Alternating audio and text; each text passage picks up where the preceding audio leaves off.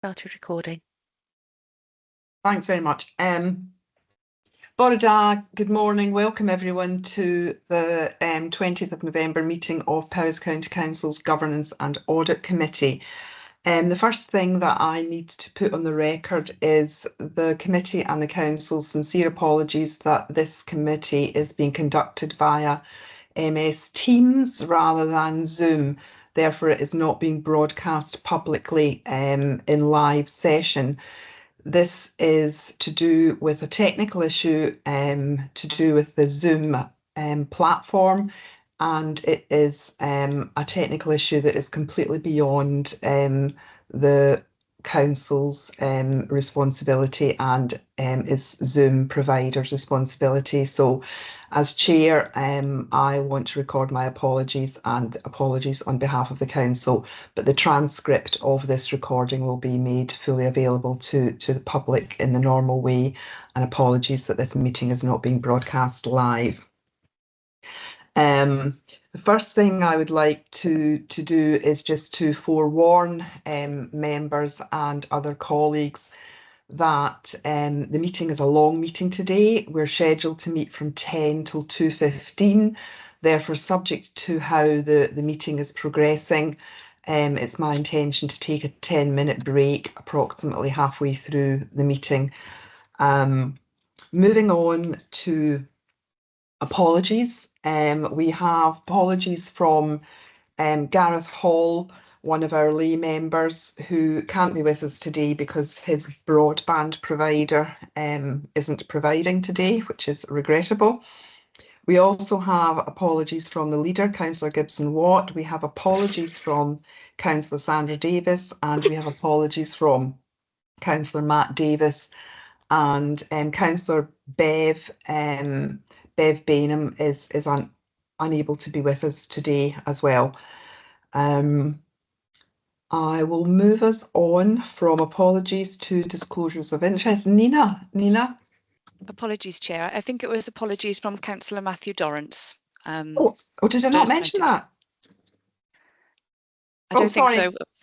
I thought I said the leader, Sandra and Matthew. Sorry. Okay, thanks for the correction if I got that wrong. Any disclosures of interest in connection with this particular agenda? No. I'll move us on to the minutes of the meeting held on the 27th of September and invite members to raise any matters of correction, clarification or matters arising. I'll pause for hands. Councillor Peat, if you would go ahead while I struggle with my password to get back into my papers. No, but yeah, I'll try and talk slowly, Chair. On minute 3, the responses to the Red Dragon from the meeting that I had with Section 151 officer on 10th of September are still outstanding. And there were, I thought, quite some important points in there around the lack of the project bank account. So just wondered when we could expect to see the answers, please. Jane? Thank you, Chair. So apologies, Councillor Peat, that we haven't been able to get back to you on those. I did pick up the email reminding me of it this week, and Clive and I will look at those questions and get a response back to you this week. Okay. Thank you very much, Jane. Thanks, Chair. Thanks very much, Councillor Peat. Thanks very much, Jane. John, I can see your hands up. Yes, very briefly, Chair. I was concerned that we follow up properly the item on the Montgomery Canal Restoration Project. I recognise we don't have a severe financial risk at all here, but we do have a reputational risk, and I think we need to carefully monitor it. I did make a suggestion at the last meeting that perhaps that might be best achieved through the risk register, and that's not recognised here in the minutes. But so long as we have appropriate machinery in place to actually pick it up once the PAR process is complete, then that's fine by me. Thanks, John. Jane, before you answer, I felt that at the September meeting that it wasn't made absolutely clear whether or not there was any financial exposure. So I think it would be helpful just to make that really clear and to address John's point about ongoing risk given the history. I think, Chair, if I may, I think Diane was going to come in and respond. Diane. Yes, happy to respond, Chair. So in terms of, sorry, just checking, we are on the Montgomery levelling up on the question in totality, including risk. Yes, okay. So just to say that the Montgomery Levelling Up Fund is a prepaid fund into the council. So we receive, according to the original timelines and spending profile of the project, we receive payments in advance of any work that takes place, and that's held in the council's project account, and we only then provide payment to a partner organisation once they've incurred those costs and can provide evidence of spend. At the moment, we are behind in our spend profile, so we hold more in our account than we are actually spending in the timeline we expected to spend. So we have a positive balance that we're holding, and we have been advising the Department of Levelling Up about the delays and why we've seen delays, and every quarter we provide a new revised timeline and a new revised profile. We continue to tell them and have been telling them since the time that we knew that we weren't working to the profile of the issues we were having. They were well advised and knew that that was happening. And then in July last year, we were about to put in a project adjustment request, which had happened against many other projects that got funded in round one of Levelling Up as the same as ours. But unfortunately, it hit the timeline of PERDA for the general election, so it was all put on hold. But we've recently received a communication from the Department of Levelling Up, which actually asks us that we continue to progress our projects according to the delivery milestones and windows. However, noting that the spending review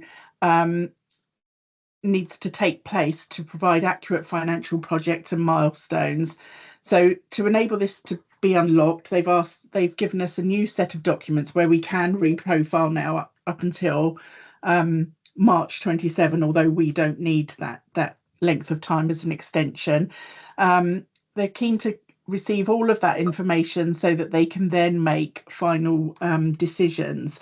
So what we've agreed at our board meeting, which I'm SRO for, and Councillor David Selby also sits on, what we've agreed at board is that we can continue to progress up to the amount of funding we have already held in the council, and we do not make any decisions. We do not support any spend past that profile.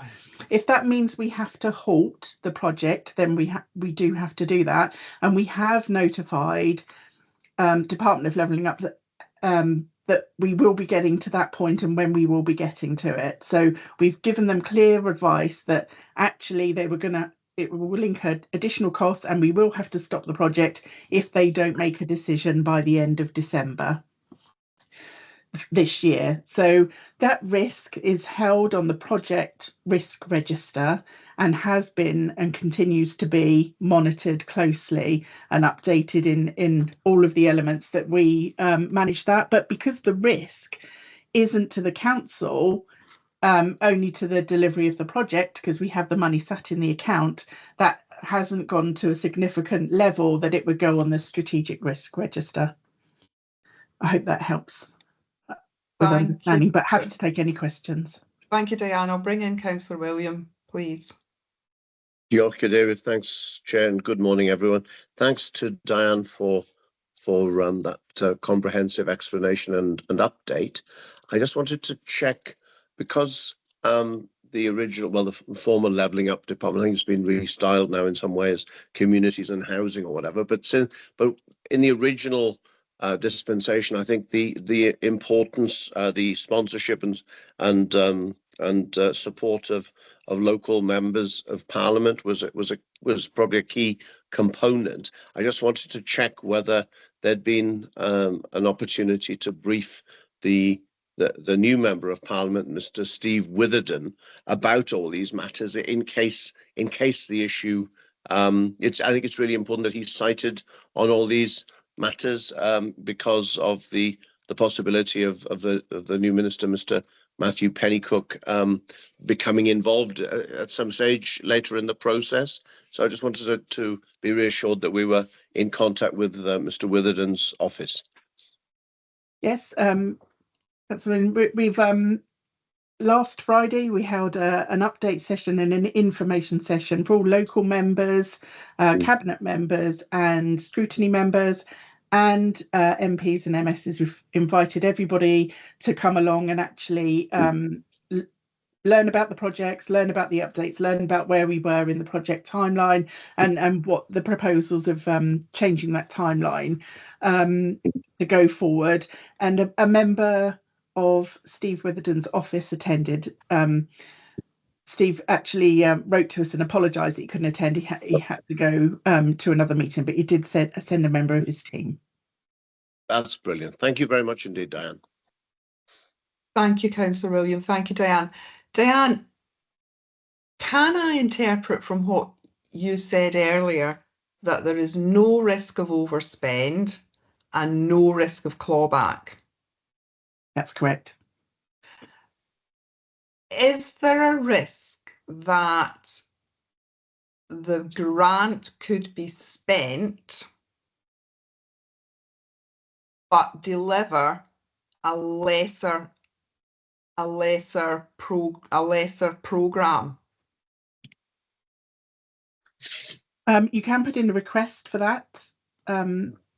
So within the project adjustment request that we were about to put forward, we were asking to make an adjustment. I think we'd highlighted at the very beginning of the process that we aim to deliver 3 nature reserves, and we can in fact only deliver 2.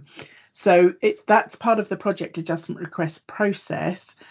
But that process was under the old administration, and that process is changing, as Councillor Lynn quite rightly points out. It's now MHCLG rather than Deluxe. So yeah, that's what they're looking at the moment. They haven't quite. I don't think they quite know themselves the process that they want to take forward. So they've opened up a reporting difference in the spreadsheets to ask us to give us. To provide that information. So yes, it is possible to ask for those changes. Yeah, I think what's in my mind, Diane, is and colleagues, is ultimately the sponsoring department, the funding department will want to be assured that they are getting the product, or the product is being delivered in line with the original budget, and that, you know, the community isn't getting, I'm making this bit up, 60% of the original specification for the same money. And I think that's where I certainly think this committee might be looking for ongoing assurance that there is really good delivery governance and financial governance around delivering the project in line with approvals to the budget that has been awarded. Yeah, so all requests for spend go through the procurement process, which is we've got our procurement team also involved in the project board, so that they make sure that we go through the correct procurement process. And then before any spend is approved, we then are advised of the costs and any changes to cost against the profiled spend. And the board then can make those decisions. But actually, if it was a decision that took us over the profiled spend of the total of the project, then we would have to go to UK government for approval. But we can move money between elements of the project. So if one element's underspending and another element is overspending, we do have the freedom and flexibilities to move budget between projects. Thank you, Diane. I'm Okay. going to give Councillor Graham the last word on this because this is matters arising under the minutes. Yeah. And Thank you, Chair. yeah, To be very, yeah. very brief. I think it would be wrong if I didn't speak as one of the local members affected by this delay. Whereas I think Councillor Bortingham was absolutely right. While there may not be a financial risk to us, there is certainly a real reputational risk to Powys County Council if this whole project is affected by this. I am the chairman of the Powerston Museum Trust, and we have great concerns there that the project has been delayed because the museum remains closed, and it's going to be some time before it can be reopened. In that time, we have lost our curator, who's left the council to join another authority. So there are real concerns, not just about the financial implication, but about the damage going forward and the reputational damage to Powys County Council. And I think it would be wrong if I didn't record that. Thank you very much, Councillor Graham. That will be noted in the minute and the record of this meeting. Moving on, are there any other matters arising or points of correction or clarification in connection with the minute of the 27th of September meeting of this committee?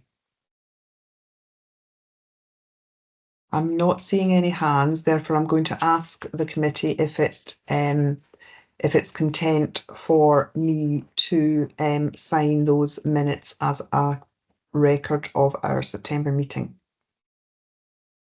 John and Pete. I'm assuming your hands are up to confirm the minute, Yes, not to ask yes. more questions. Thank you. Thank you very much. Proposed by John and seconded by Councillor Pete. Thank you very much. Thank you very much, colleagues. I'll move us on to the substantive business of our committee today, and I'll invite Audit Wales colleagues to address their two update reports. So we have agenda item 4 is the corporate safeguarding arrangements follow-up report, and item 5 is the planning follow-up report. So I'll ask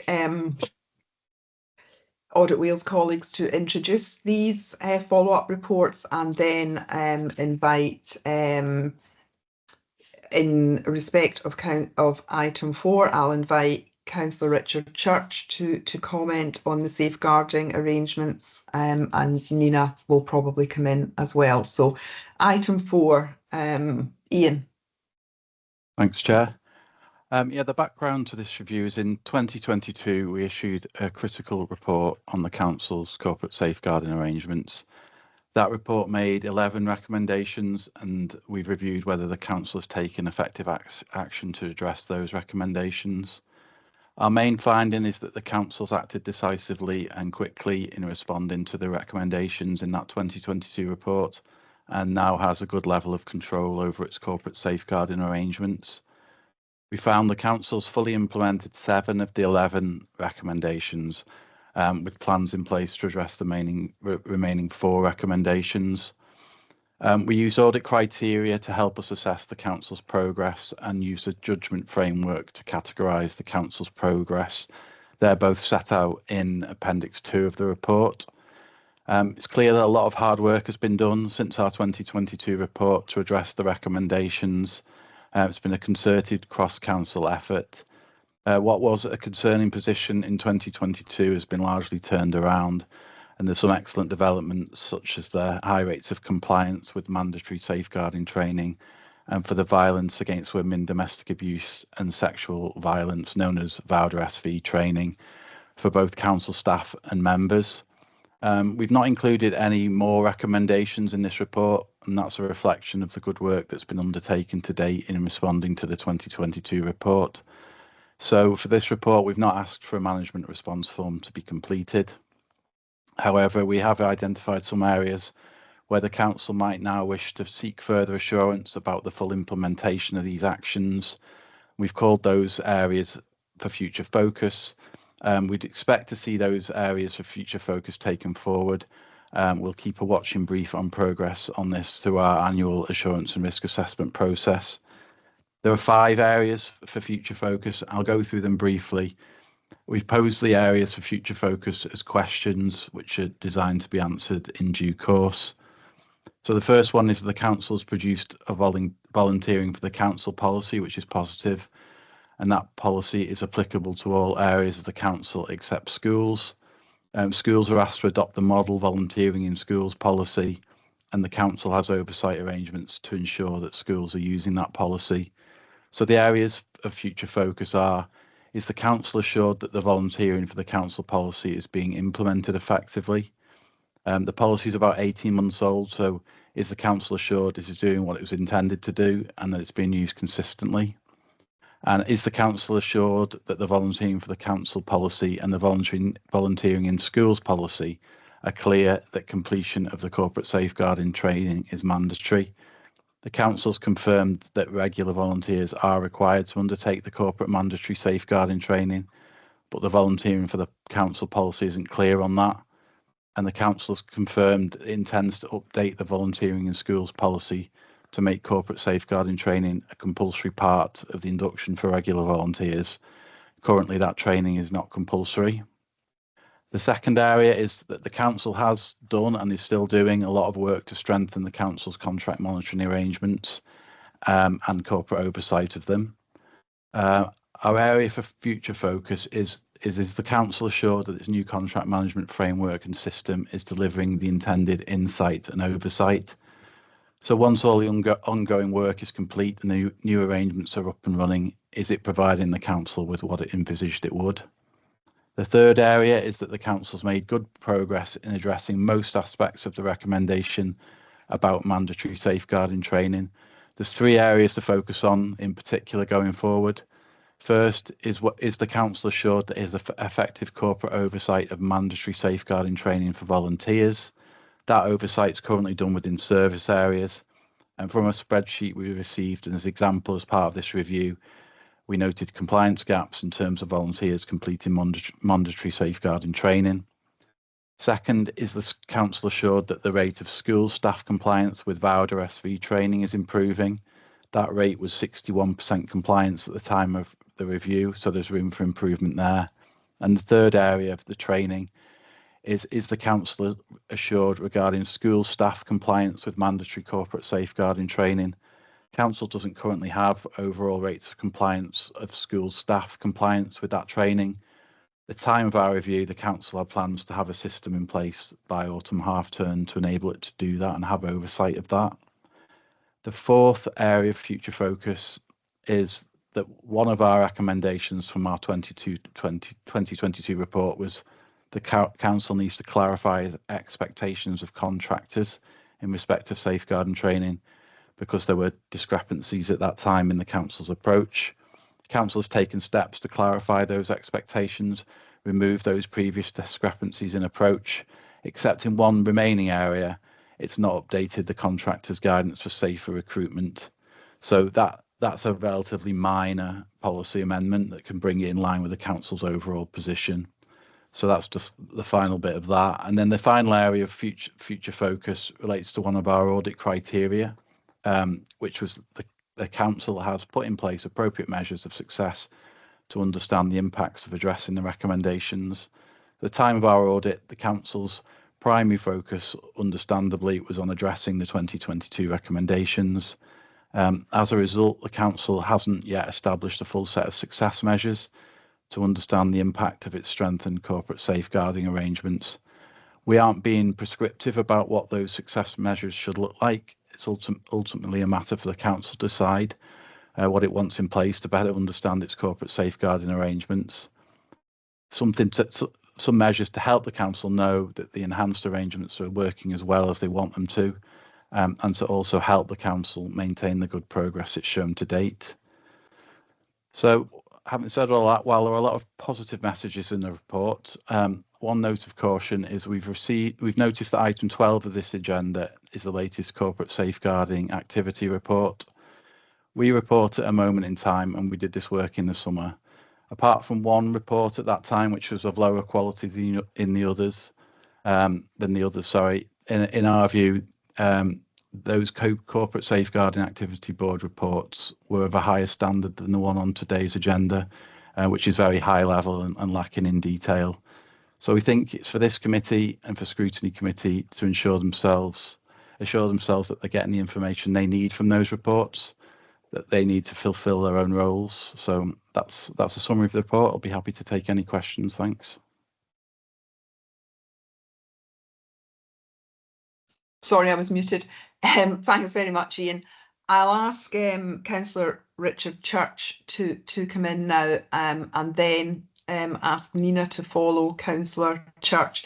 Nina, I wonder if you could pick up Ian's last point in your remarks as well, please. Councillor Richard. Yes, thank you, Chair. Yeah, I will be brief. I think this committee can see from the audit report that we've come a long way from where we were 2 years ago. And a huge amount of work has gone into that. And I think now corporate safeguarding has a much higher profile within the council, and the corporate safeguarding board is very well supported both by cabinet members and senior officers. And also I think that the scrutiny that takes place of the board's reports is very thorough, and in particular in relation to the final point that was made about the standard of the last report, that was something that was picked up by the scrutiny committee and has been taken back, and we will need to address it. The only other point is that on the things that we have more work to do on, which have been highlighted, I think we're very conscious of that, and they can be summarised as both around volunteering and our contractors and the work that we do in schools. And I think that the Corporate Safeguarding Board are very conscious of that and will want to highlight it in their forthcoming work. Thank you very much, Councillor Richard, much appreciated. And Nina? Yeah, thank you, Chair. Firstly, I just want to thank Ian and Gareth from Audit Wales for the work and the follow-up inspection.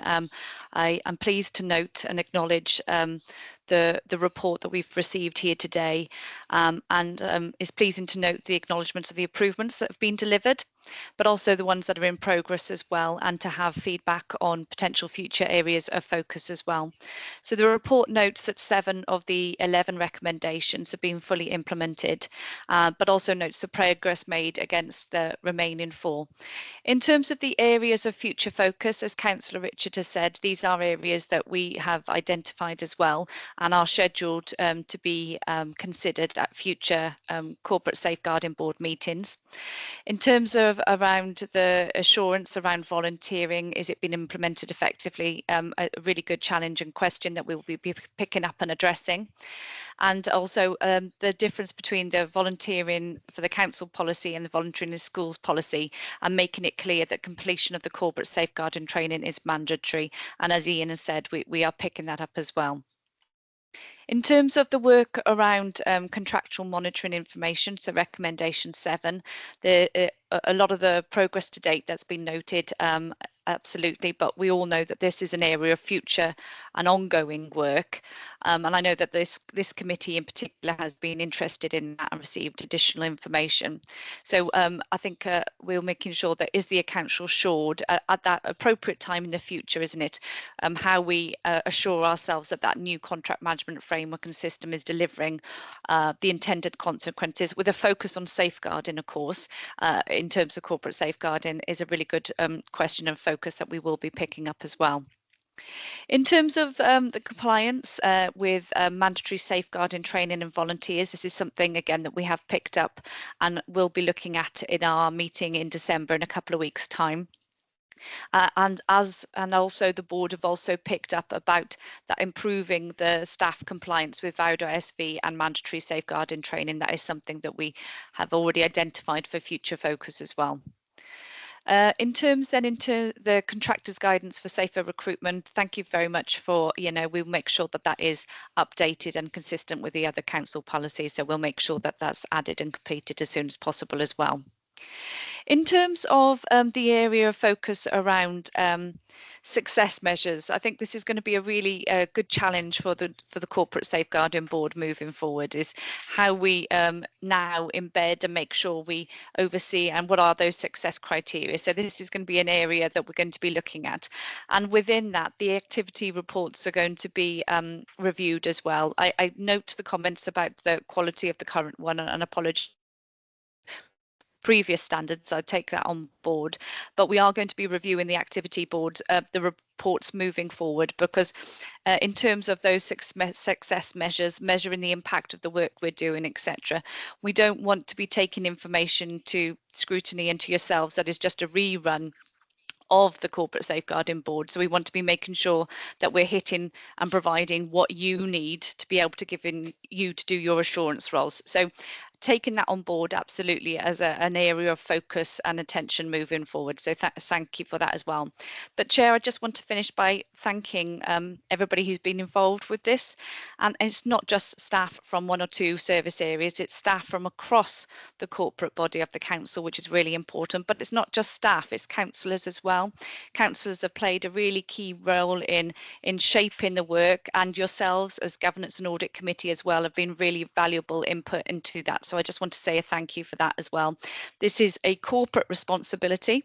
Safeguarding is a corporate responsibility, and it really has been a corporate response to this this area and the 2022 report. So I just want to say a thank you for that. Thank you, Chair. Thank you very much, Ian, Councillor Church and Nina, and certainly my reading of the follow-up report provided me with a level of assurance that I hadn't had hitherto. So, I think, well done to you both, and the way that this has been conducted and coordinated across the council, because, notwithstanding some of the comments that Ian made, it seemed to me to be a significant progress. So, that should be noted. That said, I'll open the meeting to invite comments or questions from other Governance and Audit Committee colleagues. Yes, Councillor Chris. Yes, Chair. Thank you for the report. I think it's really helpful, and there's a lot to be pleased about. I mean, it is good when you see that there is a better level of control going forward, so that's welcomed. Question for me is on page 20.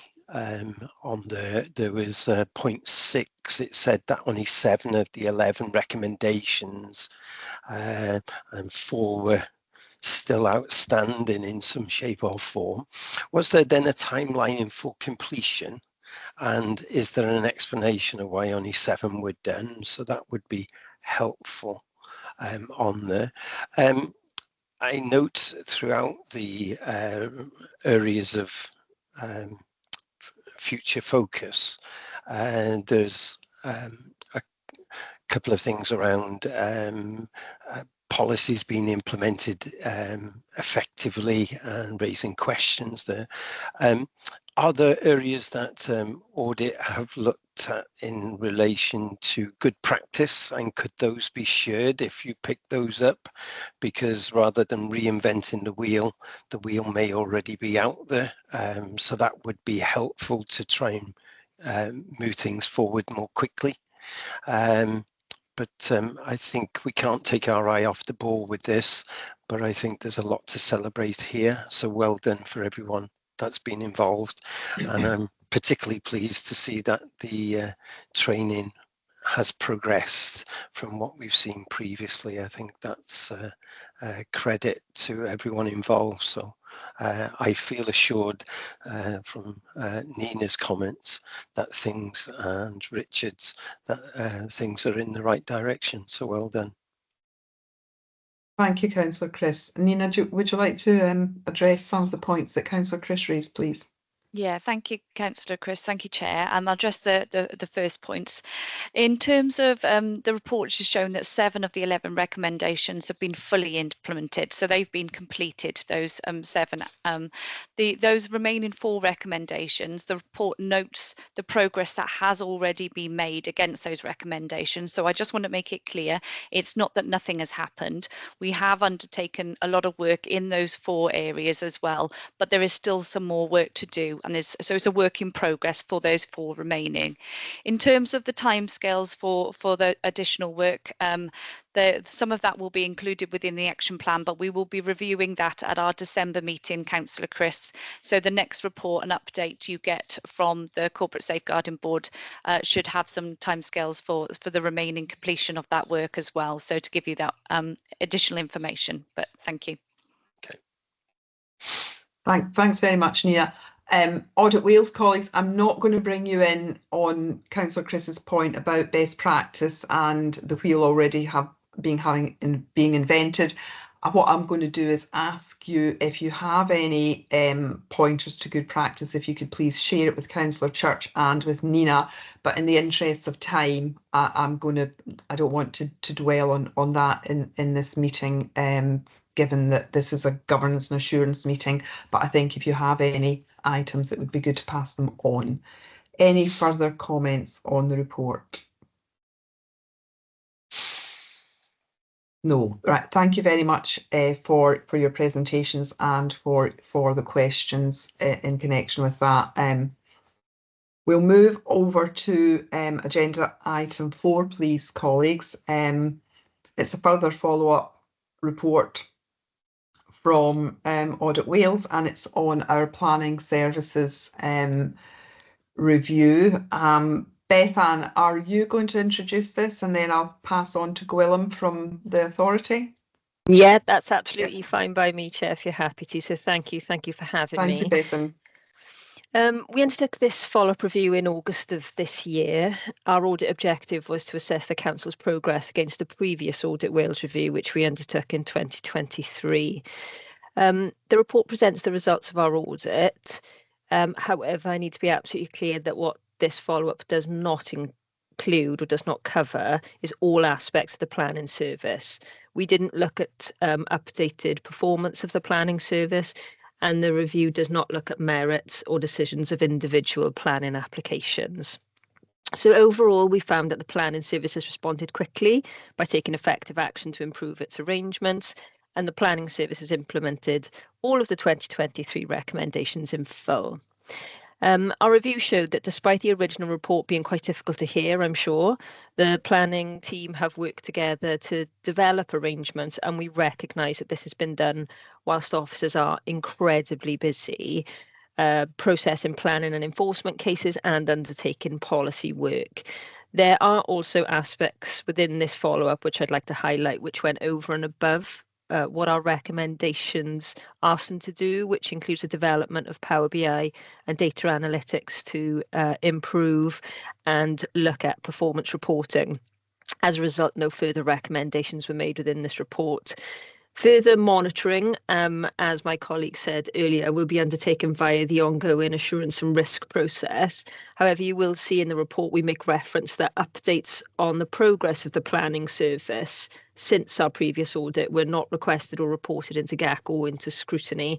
And we think this would have made use of the Council's public assurance and performance mechanisms and increase oversight and provide the opportunity for the service themselves to provide some update on what they've been doing in a more public space. So my colleague Alison Rees is on the call with me, and we're the ones who undertook the audit, and we are more than happy to take any questions. Otherwise, I will hand over to Head of Service Gwilym Davis, I think, who is going to take you through any responses. Thank you, Chair. Thanks very much, Bethan. And just before I bring Gwilym in, as chair of the committee, I'll just put on the record that I fully support your observation that the committee could have taken some interim update reports to give us ongoing assurance that, fortunately for us all, that the follow-up report is positive. but I fully take your comment that it would have been prudent of us to take some interim updates. So for the record, I completely accept that, and I'll pass on to Gwilym to respond to your report and to give us an update from senior officers' perspective. Thank you, Chair.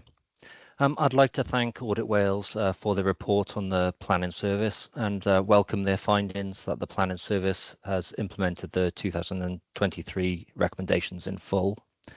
Their support has been instrumental in informing the planning services action plan that has helped develop a culture of continuous improvement and ensure that that is expected going forward. Finally, I'd like to thank the planning staff and support services within Powys County Council who have helped, have worked tirelessly to improve the service provision and ensure that we are constantly trying to improve the service for our customers. Thank you, Chair. Thank you very much, Gwilym. I saw Councillor Elwyn's hand up there. Yeah, I did. Yeah, Councillor Elwyn. Thank you, Chair. Well, just to say, as a member actually of Planning Committee, I very much welcome this report. It's very positive, and as we can see the benefits of the team, and we know how the volume of work they handle. Are we comfortable that those elements not covered in this Audit Wales report are likewise progressing in the right direction?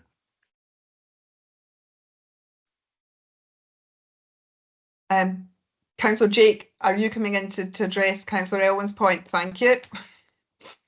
Yes, I am. Thank you. And just thank you very much for the report and how you presented it, Bethan, and Councillor Elwyn for the question there. So one of the things that we will do on from here is that I do propose to stand down the Planning Improvement Board that has been following this and developing the service, not because I want to pack it up and put it away as a job done, but because, Elwyn, I think there are other measures and steps in place for us to adequately manage things like planning performance, the speed at which applications are dealt with, the way that we're getting through still the backlog of planning enforcement, the investment that we've made in that is paying dividends, etc. And we're seeing some real results.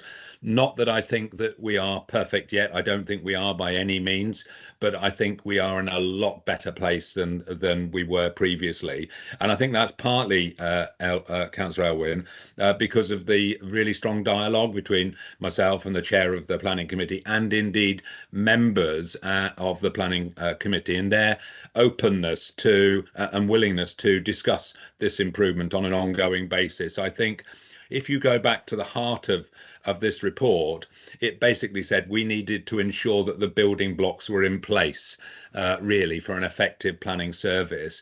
And I think we've gone back and we've rebuilt built the service, putting those in place. And a real part of that is this ongoing exchange of ideas and dialogues, and a real craving, I think, to improve together. So yes, Councillor, I mean, I think we are in that position with the service now. Thank you, Councillor Jake, for coming in, and thank you very much, Councillor Elwyn, for your observations and your question. I'm just going to, from the chair, record how pleased I was to read the follow-up report. It gave me a level of assurance that we hadn't had hitherto, and I do recall the committee session on the original review, and it was quite a challenging session. So I think, you know, all tribute to Councillor Jake and to Gwilym for the progress, and to all colleagues and councillors involved. But it really does evidently your endeavours have paid off, and long may it continue. Having said that, I will ask other committee members to raise any issues or pose any questions that they wish to make. I don't see any hands, so thank you. Oh, I do. Sorry, Councillor William.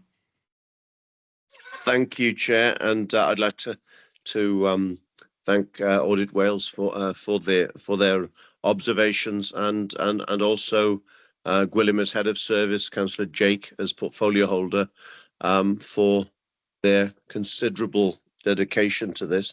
My ward is 97% outside the Powys County Council planning area, but I do occasionally get feedback and come across agents and other people who operate within the wider Powys space, and I have had significant feedback about improvement. I think there's a very good dialogue between our planning department within Powys and that vital area of planning agents and potential developers. I think that's really important, not just the development management side, but also the strategic planning approach. And I particularly commend the enabling approach that we have taken as an authority over the delivery of affordable housing, even in challenging times when we have issues around river protections, phosphates, and the like. I think it's really important, particularly given the Auditor General's recent adverse report on Welsh Government progress against targets for delivery of affordable housing in this Senedd term, and I hope that that approach will extend to other planning authorities in the adjacent space. Obviously, it's a journey, not a destination, and planning departments can have a cyclical sort of pattern of over a period of years of raising their game and then things slackening off. And I think it's part of that battle for constant improvement that we need to try to sustain this. But it's certainly well done from me, or from observations that I pick up from people in the sector. And it's also very valuable that we have such a close dialogue between our various departments, regen, housing, and the other functions. I think there is a great benefit in having that holistic approach to the delivery of planning going forward. Thank you very much indeed. Thank you very much, Councillor William. I'm going to bring in Councillor Pete and give him the last word on this item, please. Yeah, thanks very much, Chair. It was just looking for a quick comment either from Councillor Jack or Gwilym, I guess, around the planning enforcement recommendation there, the very first one. And I think one of the last sentences there sort of says caseloads remain high. I just wondered how the enforcement team was getting on with dealing with these outstanding enforcement cases. Gwilym? In relation to the plan enforcement cases, we have seen a drop in the number of investigations from just under 800 investigations. This is active, to just over 400. So you can see a significant reduction in the number of enforcement workload. I think the introduction of 2 enforcement officers has had a dramatic impact there. Their prioritisation is on enforcement and was part of a restructure that took place early on in the action plan, and I think it's continuing to assist the team in improving. Now, this is a journey. We're not where we need to be, but we have got an action plan over the next 12 months to drop it to what we believe is sustainable levels, which is around the 250 enforcement investigations. So we are working very hard to get to that point, that target. And I got full faith in the team that we can achieve that going forward. Good. Thanks, Gwilym. Thank you very much, Gwilym. Thank you. Thanks very much, colleagues, and thanks to Audit Wales colleagues for both of those reports. That's very much appreciated, Bethan and Ian. I will move us on to agenda item 6, which is the Audit Wales Q2 work programme and timetable update. And I am assuming that Gareth is taking this item. Yes, I am, Chair. Thank you very much. Yes, and good. just taking cognizance of the time pressures for the meeting, I'm going to take the update has been read by members, yes, but just to draw your attention that the Q2 update is correct as at the end of September 2024. As you'll see, some of those things have moved on. You've received in the last 2 agenda items, the planning and the corporate safeguarding follow-up reports. You'll note that our financial sustainability report is in clearance.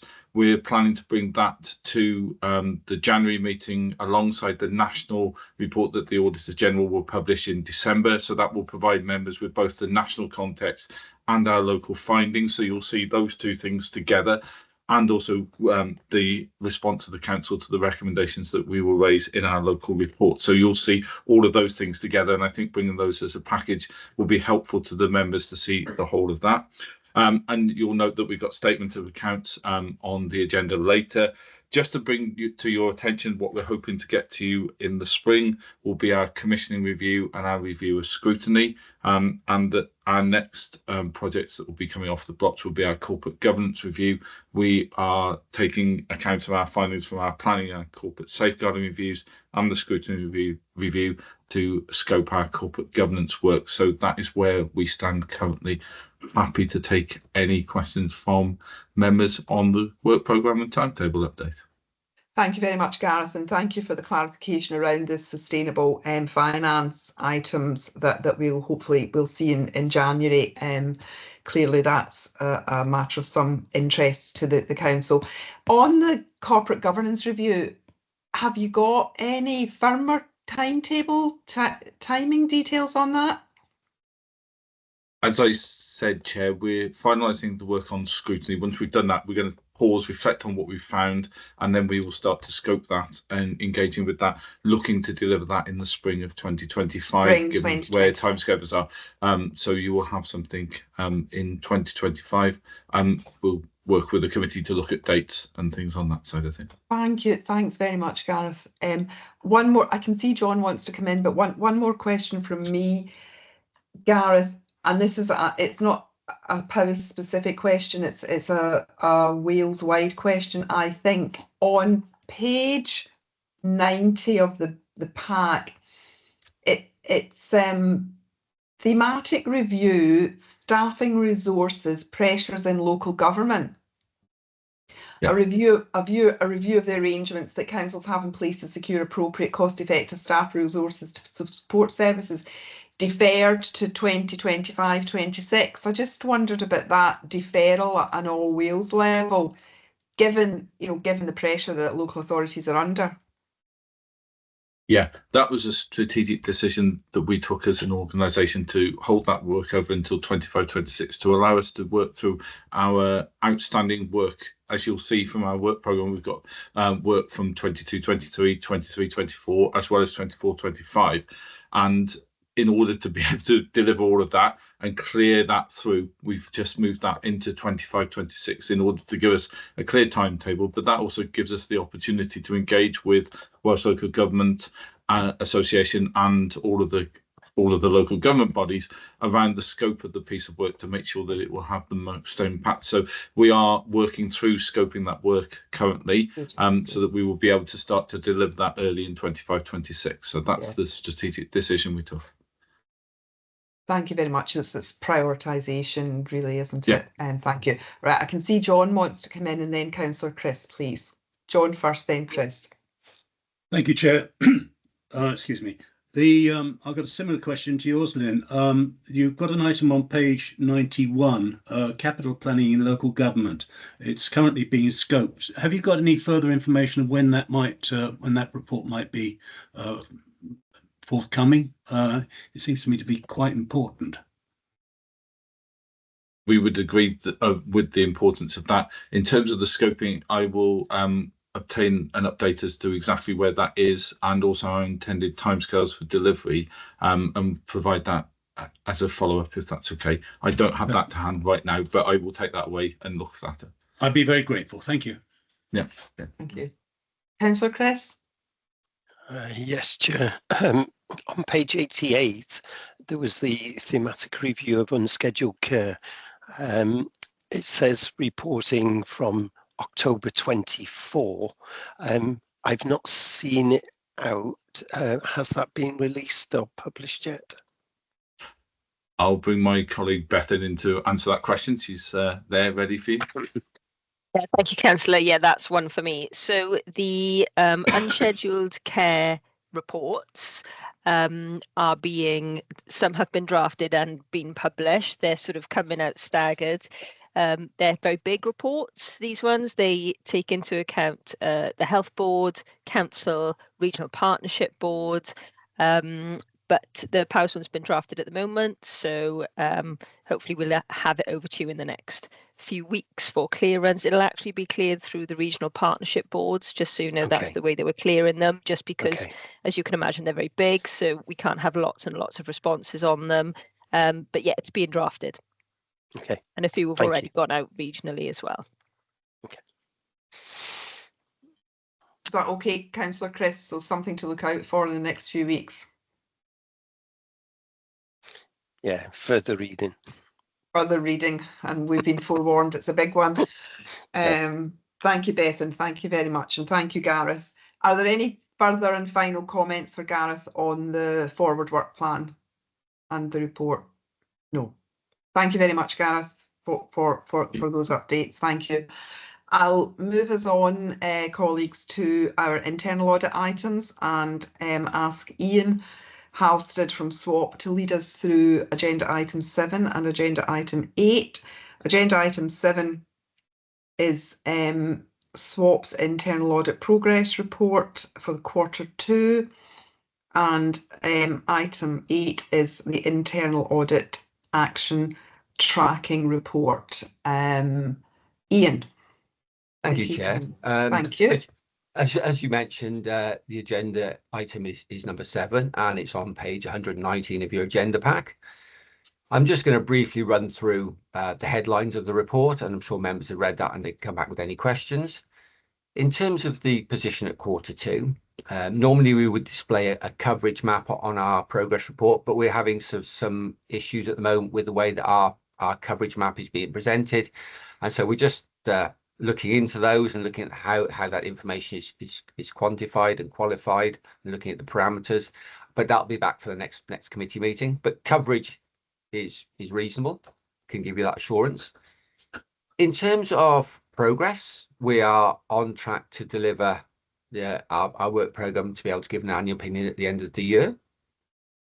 In terms of outcomes, 77% of assurance work is either graded as substantial or is reasonable, so that's positive.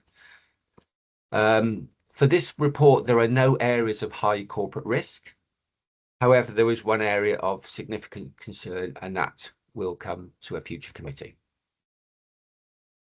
In terms of action tracking, and there is a separate item on item 8 around this, but I'll briefly talk about it in here because it is important.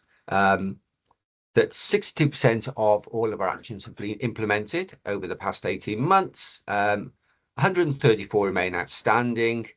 Of those, 35% are on track, but there's 65% that are now overdue.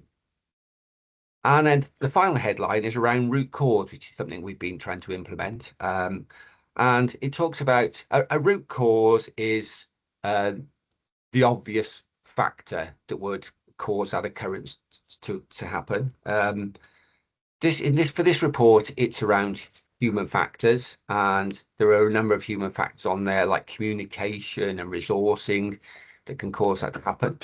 So I think what I would like to do, either for this committee or for the working group, is probably then drill down into those human factors and see whether there are patterns in there. So I will do that piece of work going forward to try and understand exactly if there's a theme in there that we can draw some conclusion from. So that's my report, Chair. If any members have any questions, I'll happily try and answer them. Thank you very much, Ian. Thanks for that brief introduction. Any comments or questions from committee members for Ian? Councillor Elwyn, you're welcome to ask a question. Well, surely okay, I might be ignorant, being a new member of this committee, but having 65% not having been achieved and well overdue is, I would have thought, a matter of concern. I would think it's imperative that those actions are completed as much as possible. What is being done to prioritise and make sure that they are happening? happy to answer as chair now, or whether you want to take that with item 8. How would you like me to progress? Yeah, Councillor Elwyn, absolutely. You've asked the pertinent question on item 8. It is a matter of some concern. Can I just ask Ian to pause and the committee can we just finish item 7 and then we will move into the detail of item 8? Is there anything on item 7 before we move into item 8, colleagues? No, right, okay. So, Ian, you've already started to introduce item 8 by virtue of its summary in item 7, and Councillor Elwyn has quite rightly raised the issue of the data that indicates that 65% of the management actions are incomplete. And thanks, Councillor Elwyn, for raising that. If you hadn't, I would have. The point I would add to your question is that internal audit planning and the conduct of internal audits is a key control and evidence gathering mechanism for identification of any organisation's risk profile, and the organisation's response to that risk profile is absolutely critical. So when audit, whether external or internal audit, management actions remain open, particularly when they remain open after agreed deadlines for implementation, that by definition increases the risk profile of said organisation. So it is a matter of concern. So I'm going to go to Jane because I can see her hand is already up, but it is a real matter of concern, the focus and importance of discharging management actions in a timely fashion. Thank you, Chair, and I agree totally. I think we get these reports now into the corporate leadership team. We have a review on performance, and as you can imagine, there are lots of different things that we consider, and every now and again we have a focus on particular items, and I am already proposing that this is the next deep dive, if you like, for CLT, or probably through a senior leadership team where we have the heads of service there as well. And I think we need to go through this and make sure that these actions are being followed up. The actions should be reviewed by each service management team on a monthly basis. That is the normal rigor in terms of looking at all performance data. And I know we have been updating 2 systems at the moment, Ian, haven't we, in terms of a bit of a move over to the dashboard. So some may have fallen between those, but that's not a good enough excuse. You know, we need to make sure that these actions are delivered across the organisation in a timely fashion. So I just want to give committee the assurance that that will be an agenda item at our next meeting, and we will be able to report back to committee on the findings of that review and the actions that have been taken to remedy it. Thank you, Jane. Councillor Elwyn, do you want to come back on that at all? No, that's fine. Thank you. Thank you. One of the things that I've seen done in other organisations, just very quickly, Jane and Ian, is looking at, page 136, which gives you the little table with the number of days overdue. Is I've seen in other organisations having a bit of a focus on the very, very overdue ones, and so perhaps looking at the 61 to 90 and the over 91 days. And I've experienced a situation where a detailed examination has been undertaken of very long outstanding items, and a report has then been brought specifically on them to an audit committee to seek the audit committee's agreement with advice from the corporate leadership group or the executive board on actually given the passage of time, given the nature of the recommendation, given the world we now live in, actually this is perhaps no longer relevant. And I don't say that in any trivial way whatsoever, because internal audit is really important and the risk profile of any organisation is really important. But I just wonder, I'm just asking the question, you don't have to answer it now, but I would like Ian and Jane to take the question away. Would it be worth doing a particular piece of work on the very long ones and bringing that work to the CLT and subsequently to Governance and Audit Committee to examine whether there is a case to be made for rolling off some of these really old ones that for good reason, only good reason, may not be worth holding? If you could take that away. And I can see Councillor Pete, what hand up was, but Councillor Chris's hand's still up. Yes, thank you, Chair. Again, looking at that page 136, what gives me more cause for concern is that there's a statement at the bottom of that table which says there were 14 cases that requested an extension, and even though that was improved, they've still not been implemented with that revised timetable. So there's something going on there, and we just need to bottom that out to understand what is the impact. Is that staffing? Is it sickness? Or is it something else? So it does raise some concerns, and I welcome that there are going to be reviews within the leadership team. I think this has to come from the top in my view, but it does raise some concerns. So thank you, Ian, for flagging it up.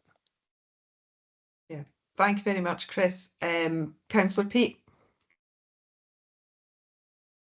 Yeah, sorry, Chair. Sorry. I think you probably point I was going to make, which was why my hand went up and down. But I guess in amongst all the bar charts and pie charts, and with my colour blindness as well, I sometimes find it slightly difficult to follow. But I just wonder, with the overdue actions there on that page 136, I can't see from there, if you like, what their impact is. So I think it was probably the point you were alluding to, Chair, which is I don't know if all those in the 91 days plus are just sort of minimal impact rather than something that really had to be done. So I don't know, at the risk of adding more charts in more colours, is whether there may be some analysis of the impact of those to give a bit of focus. Yeah, thanks, Pete. I think you and I are on the same wavelength here. I would suggest that if in a subsequent discussion, Jane and Ian decide that it is worth having a bit of a specific review on the very long ones, that they bring into that review the point you're making. Yep. Yeah, Jane. thanks. Jane. Yeah, just to come back in, I know when we reviewed the Q1 report through corporate leadership team, there were some overdue at that stage. I can't remember exactly what the figures were at that point, but we raised this, and one of the things that we raised and put a message out to all heads of service was that extensions in terms of timescale on these recommendations is not an option. Yeah. When the report is agreed and the actions agreed, the deadlines are agreed as well. So, you know, clearly we went back to our heads of service and said that that is not acceptable and they must not be extended. They have to be delivered. So seeing this for Q2 is very disappointing that the progress hasn't been made. So yeah, absolutely, we will follow it up.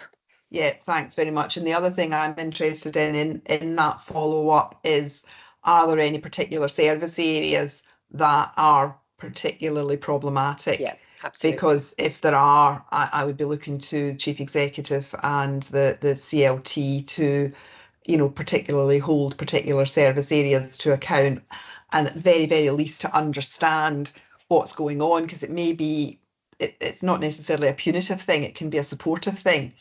Do people need, what do people need to actually discharge their responsibilities in a supportive environment? Ian, I'll give you the last word on this. Thank you, Chair. I mean, what this does show to me is that we have good governance mechanisms in place just by the very fact that we're discussing this and we're reviewing it, and we're looking for improvement. So I'm really pleased with that.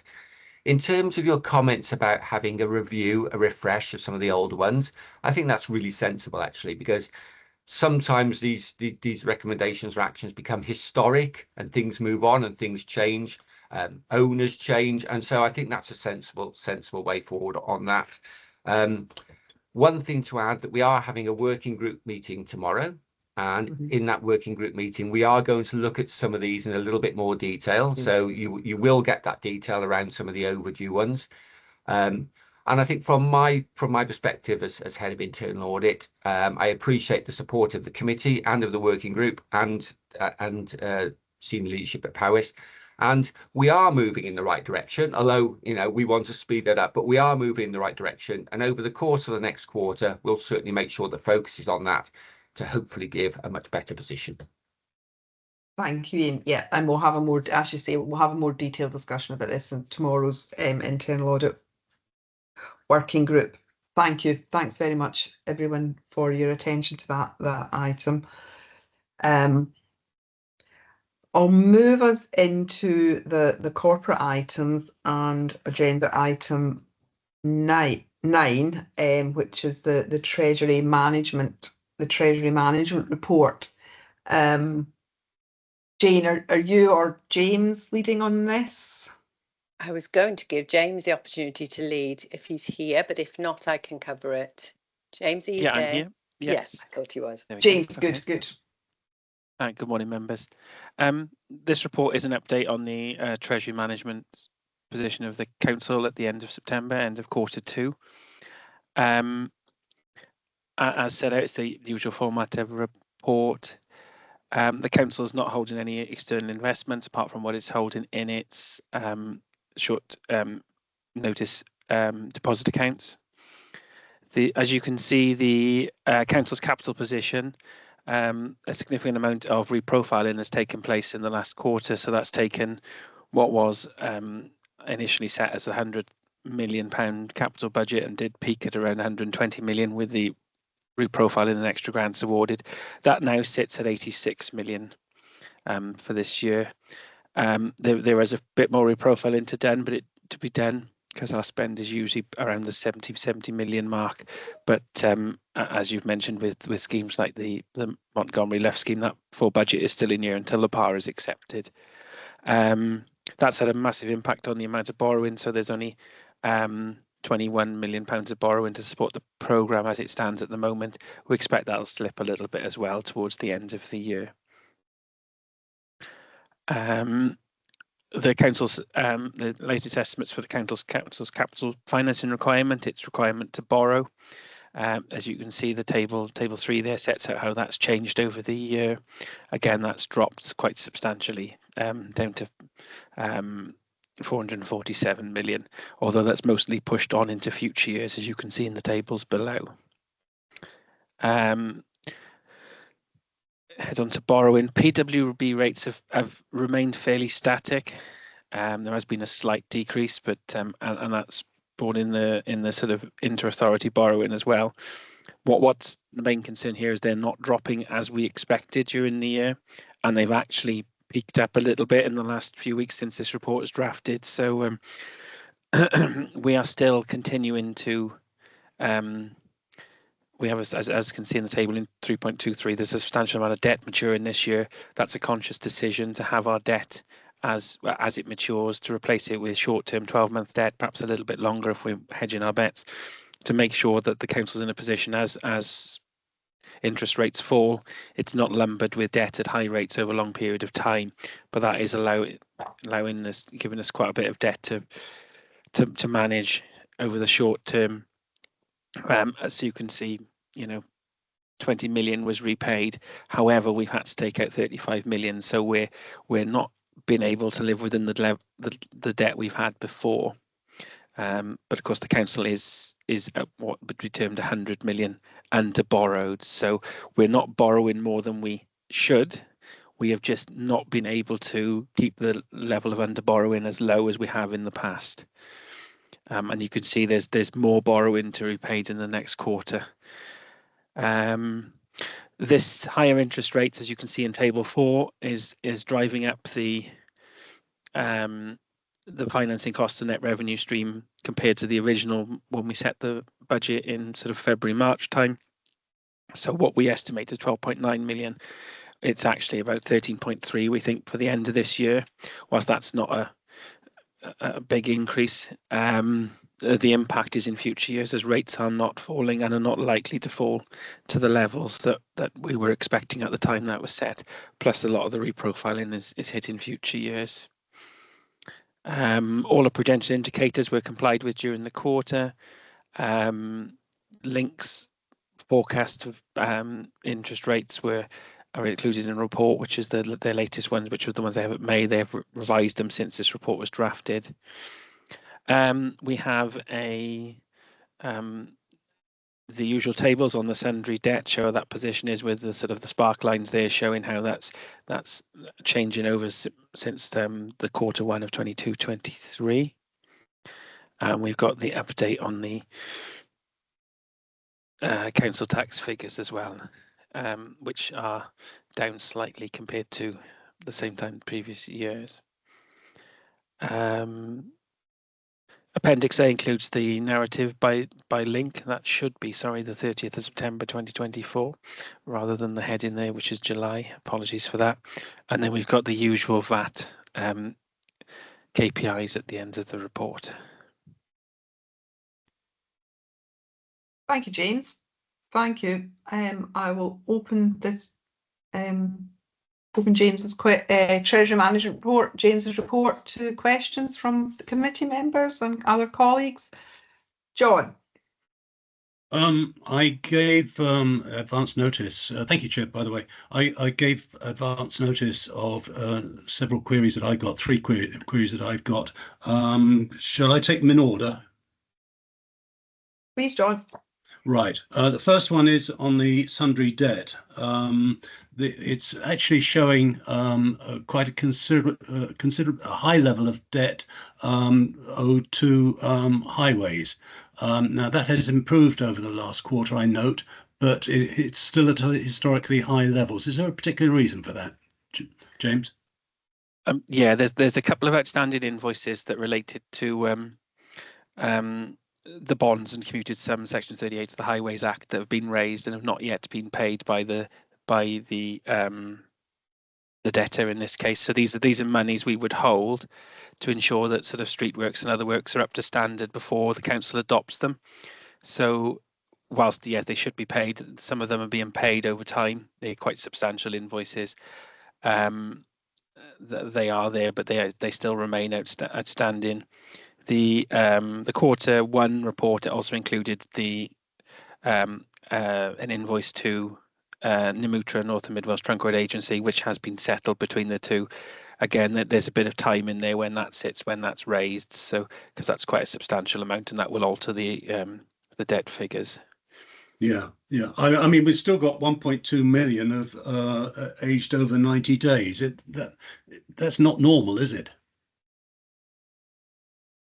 No, but I don't know, about a third of that relates to these 2 invoices, or three invoices, sorry, that are these commuted sums. So obviously we won't adopt the roads until everything is correct. So we've got these sums. So yeah. Okay, that's fine. The second one is we had a report which was presented at the July meeting on purchase cards, and in that report, the level of VAT errors on invoices submitted was downplayed because there'd been a minor improvement. Well, actually, there'd been a major improvement in the error rate, but that rate proves to be very temporary.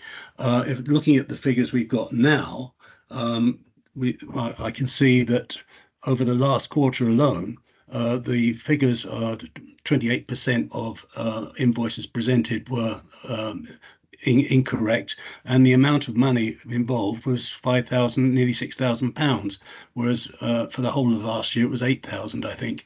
Can you? What worries me is that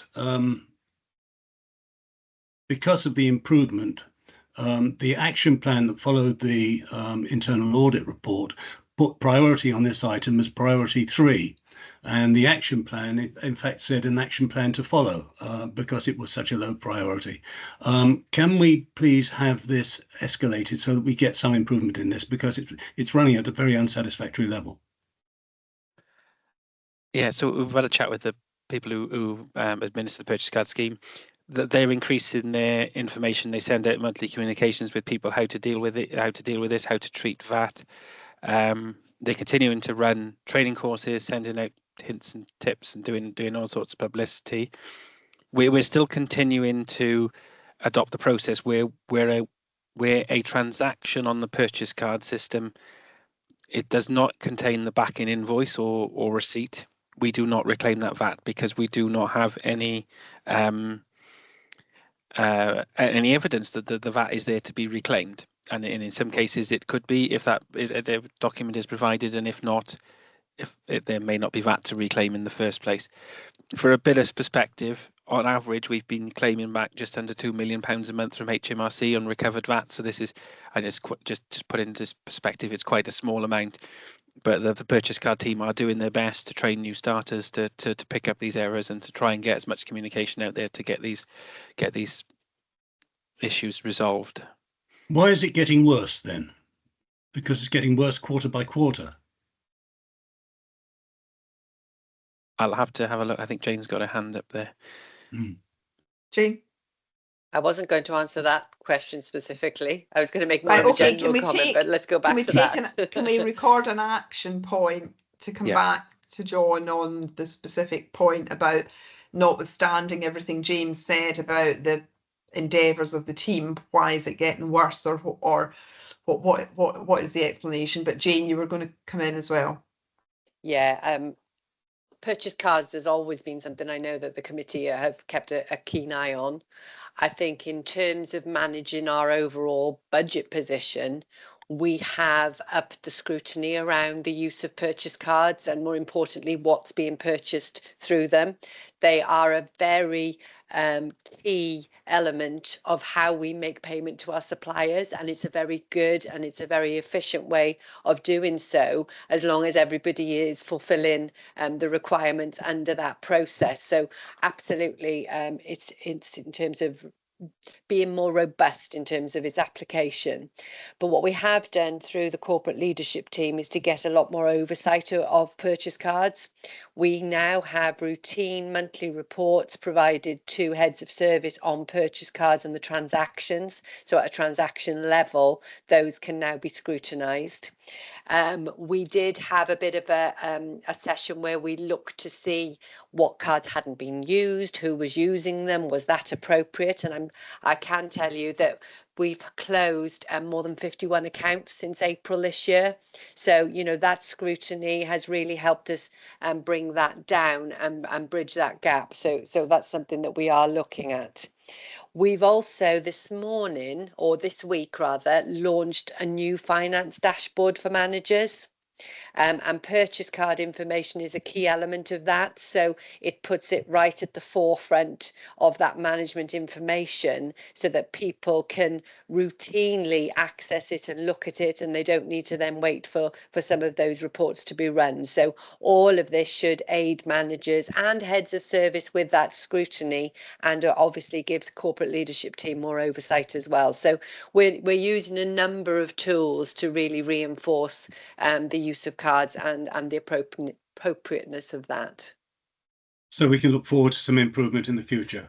I do hope so, John. So do I. Thank you. My third question relates to also to the table on page 156, where we're talking about supplies not to Powys County Council. For the whole of last year, that amounted to £8,000. I presume that's still VAT. For this year, we are already at £63,000 and running at over £30,000 per quarter. The vast majority, but by no means all of that, is ascribed to legal. And I just wonder if you could just tell me what the legal thing is. Yes, yeah, happy to. So there's a couple of areas here. The vast majority is relating to elections and the general election that's taken place, which explains why there's such a big jump this year. And the smaller extent across the other services is where we're dealing with purchasing goods for refugee schemes. So the council is not the end user for VAT purposes in this case. So we are not able to recover the VAT as per HMRC rules. What we do though is recover those costs in full, the net cost plus the VAT from the relevant person. So it'd be central government for the elections, and it would be the various grant holders for the refugee schemes. It's a bit of an anomaly of the system. Our system automatically reclaims VAT, and then our VAT team or within finance, they have to go through and check these specific codes to make sure we're not recovering VAT where we shouldn't be. Otherwise, we wouldn't be compliant. So it's a blip we'll probably have when we have the next general election as well. Okay, it just stood out like a sore thumb, and I'm grateful to hear that the costs have been fully recovered. Thank you. Thank you very much. Councillor Peat. Yeah, thanks, Chair. Just a couple of questions going back to the sundry debts. Is there a figure available that tells us how much this is costing us, where we've had to sort of take out the short-term borrowing to cover for those outstanding debts? My other point was just ensuring that we are taking all the action we possibly can to collect these debts. I do acknowledge and accept the point around the adult social care debt and what's set out there. I do agree is the right approach, but I wondered if we'd had any conversations with Welsh Government specifically on that point, say around whether they could offer any help for us, such as would they reimburse the interest that it's costing us? Would they even perhaps supply an interest-free loan for us whilst we're collecting that debt? Thanks, Chair. Thank you very much, Pete. Jane, any thoughts on Councillor Peat's questions and comments? We can do a calculation in terms of late getting cash in and the impact that has on our interest. Absolutely, it does. It does impact on our cash flow. James may come in on that now shortly. In terms of the social care debt and those deferred charges, I haven't approached Welsh Government, but they are not a body that would be able to loan us any money. They would be quite clear, I think, that is our responsibility and we would need to look to fulfil that as best we can. So it's something I think we just have to accept in terms of that deferred payments. You know, it is a standard system, so all authorities would have to factor that into our cash flow statements. What I can say in terms of our debt recovery process is we have quite a rigorous process. We have actually increased the team that we have for debt recovery to try and get a better handle on some of this outstanding debt. So those extra staff are currently working at trying to get this reduced as well. Okay. Thanks, Jane. Thanks, Jeff. Thanks, Councillor Peat. Thanks, Jane. John, is your question the same point? In which case, I'll bring you in before James answers. Yes, it is. Right. Okay. You go ahead, and then James can wrap it's everything up. It's not a question. I was just like to congratulate James in the way this debt information is presented here, particularly the little scribbled graphs at the end, which I found very useful indeed. And it shows the trend. And thank you for that presentation. It's very helpful. Thanks, John. Thank you very much. Yeah, I know the little charts you're talking about. They are really helpful. James. Yeah, thanks, John. Yeah, they are very informative. I was just going to add, we did talk about some of the bonds we will hold, the highways debt related to bonds. Of course, that's money that we hold until a point that we need to use it or pay it back. So whilst that is debt, it's not money that we're needing to cause us interest on or things like that. It's not, it's money, but of course we would be gaining interest on that as we hold it, but we have to, depending on the terms of the agreement, pay that interest over to the body that held us the money. Just currently interest is 5%, so that's £50,000 per million that we're over a year, so that works at about £130–140 a day for each £1 million of debt we got outstanding, just to give you some sort of ballpark figures. But it's something that we do historically have to manage anyway, but the lower the figure, the better it would be, obviously. Thank you, James. Thanks, John. Mary had her hand up. Pete, is your point the same point or a different point? No, it was just the same, if I may, Chair. No, I just wanted to thank James for that very quick calculation, because that just helps to put it in a bit of context for us when we're actually looking at those figures, which do seem quite large at first looking. So no, thank you for that, James. Thanks, Councillor Pete. Mary.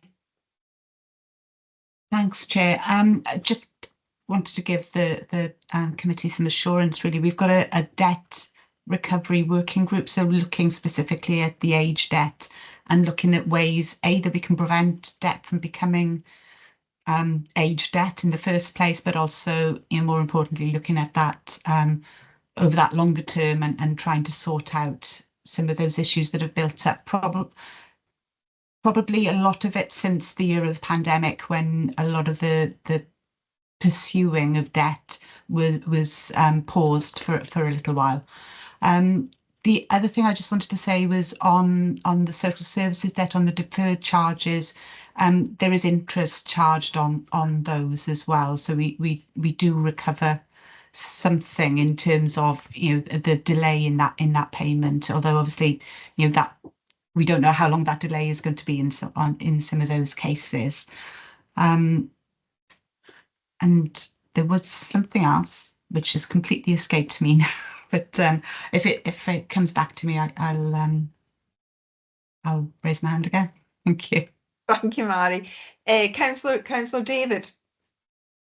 Thank you, Chair. Just a general observation on the news that we've had around CPI inflation figures with an increase of 0.6% this morning. I think the forecast was it'd be about 0.5%. But obviously that's going to have a significant impact on interest rates going forward, because it's above the Bank of England's 2% target. And we've seen a steady reduction, I think, in interest rates over the past few months. But I think that would suggest that whereas we might not see a rapid increase in interest rates, there's certainly, I think there's going to be some stability required for the foreseeable future. Just an observation, Chair. Thank you. Yes, thank you, Councillor David. Yeah. Sage words indeed. Thank you. Thank you. Any further comments or questions on the Treasury Management Report?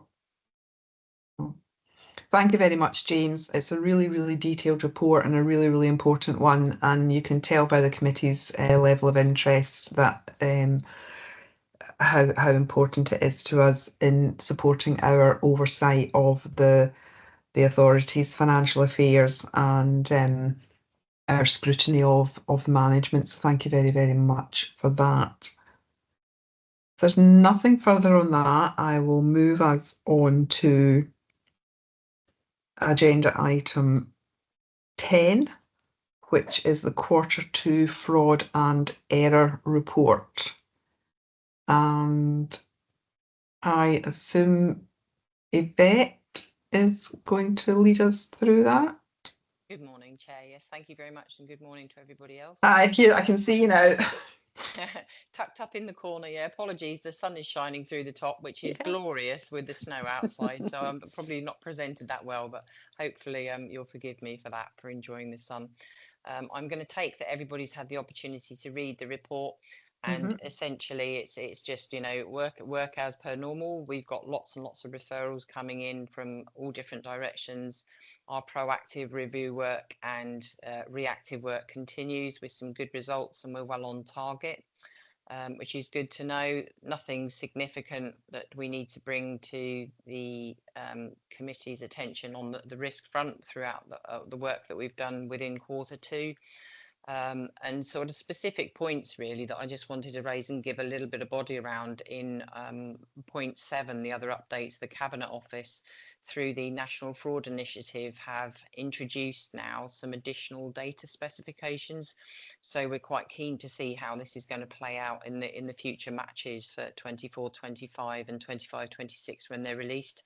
The top 3 that I'm particularly interested in, and our team, and I'm sure my colleagues in housing will also be interested in, is the housing tenants, where they're going to add the number of bedrooms to assist with prioritisation, which would come obviously for waiting lists and for people looking at mutual exchanges and all those kinds of things, and placement as a whole.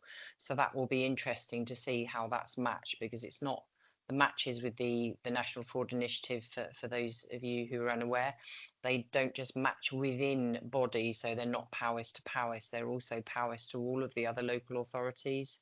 So we will get a good view of you know, a better view, shall we say, rather than just a named housing tenant without any idea how big the property is.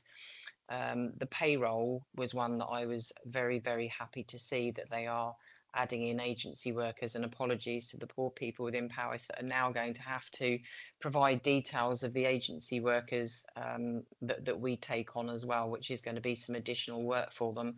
But with the issues that we've had over polygamous working and unfortunately not being able to pick up agency people that come through as part of the NFI matching, that was something that we did raise with the Cabinet Office, and other councils did the same thing.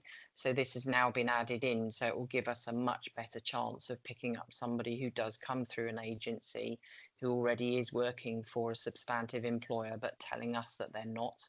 So that's good. And pensions obviously is quite self-explanatory there, that they are now adding in the data around dependents that are receiving a deceased person's pension.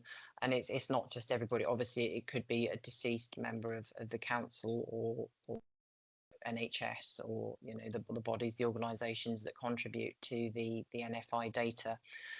That was something that was missing before. That's not to say that that's always going to be a negative thing for the person that it's revealed, or that they're doing anything wrong. It just means that there's a much better oversight and overview about where those pensions are being paid, and should they still be being paid, and in, you know, what the circumstances are and such like. So it's some interesting time ahead with that, I think, and I'll be very happy to sort of report back on that to GAC, you know, once we do have some of these results released next year. So that was really, you know, the interesting points. The other thing to say is, and it's not just Q2, we are seeing a huge increase in scam alerts and fraud alerts.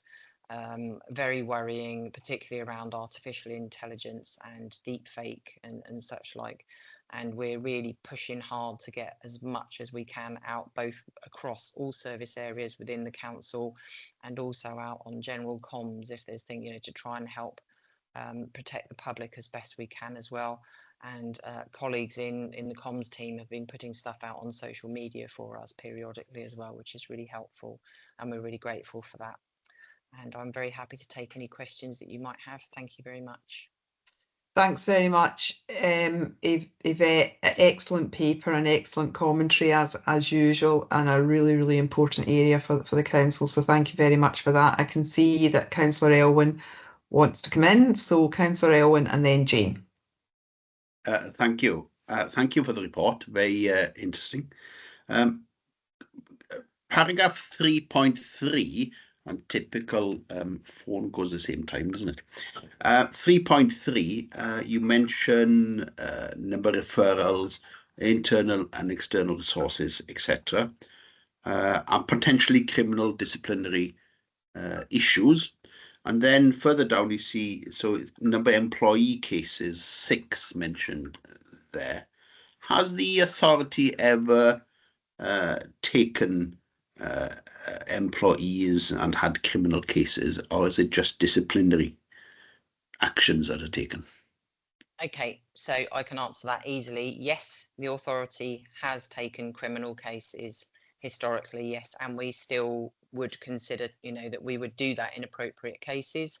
Decisions are made about fraud investigations as a whole, obviously by a sanction panel, which obviously there is a policy that runs over that. So basically my team, we do the investigations. If it involves an employee, then that decision about the outcome, you know, what would happen with that case is made by the sanction panel, which is made up of senior managers and somebody from legal services.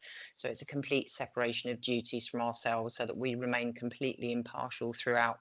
So we do our investigation, we put a file together with all the evidence and findings, we then send that across as a sanction panel, you know, a sanction file for them to consider. But yes, we have historically taken cases to court, as well as it could be a parallel disciplinary case.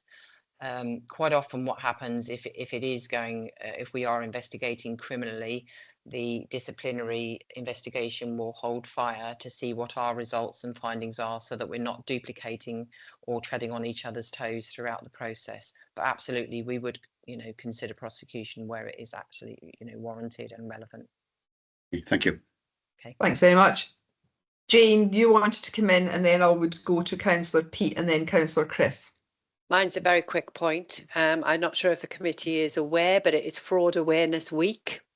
And Yvette and the team use that week well. We put additional comms out across the council as well around that, raising staff awareness and so on, how to be vigilant. So I just wanted to note that it was that week, and to thank Yvette and the team for what they've done around that.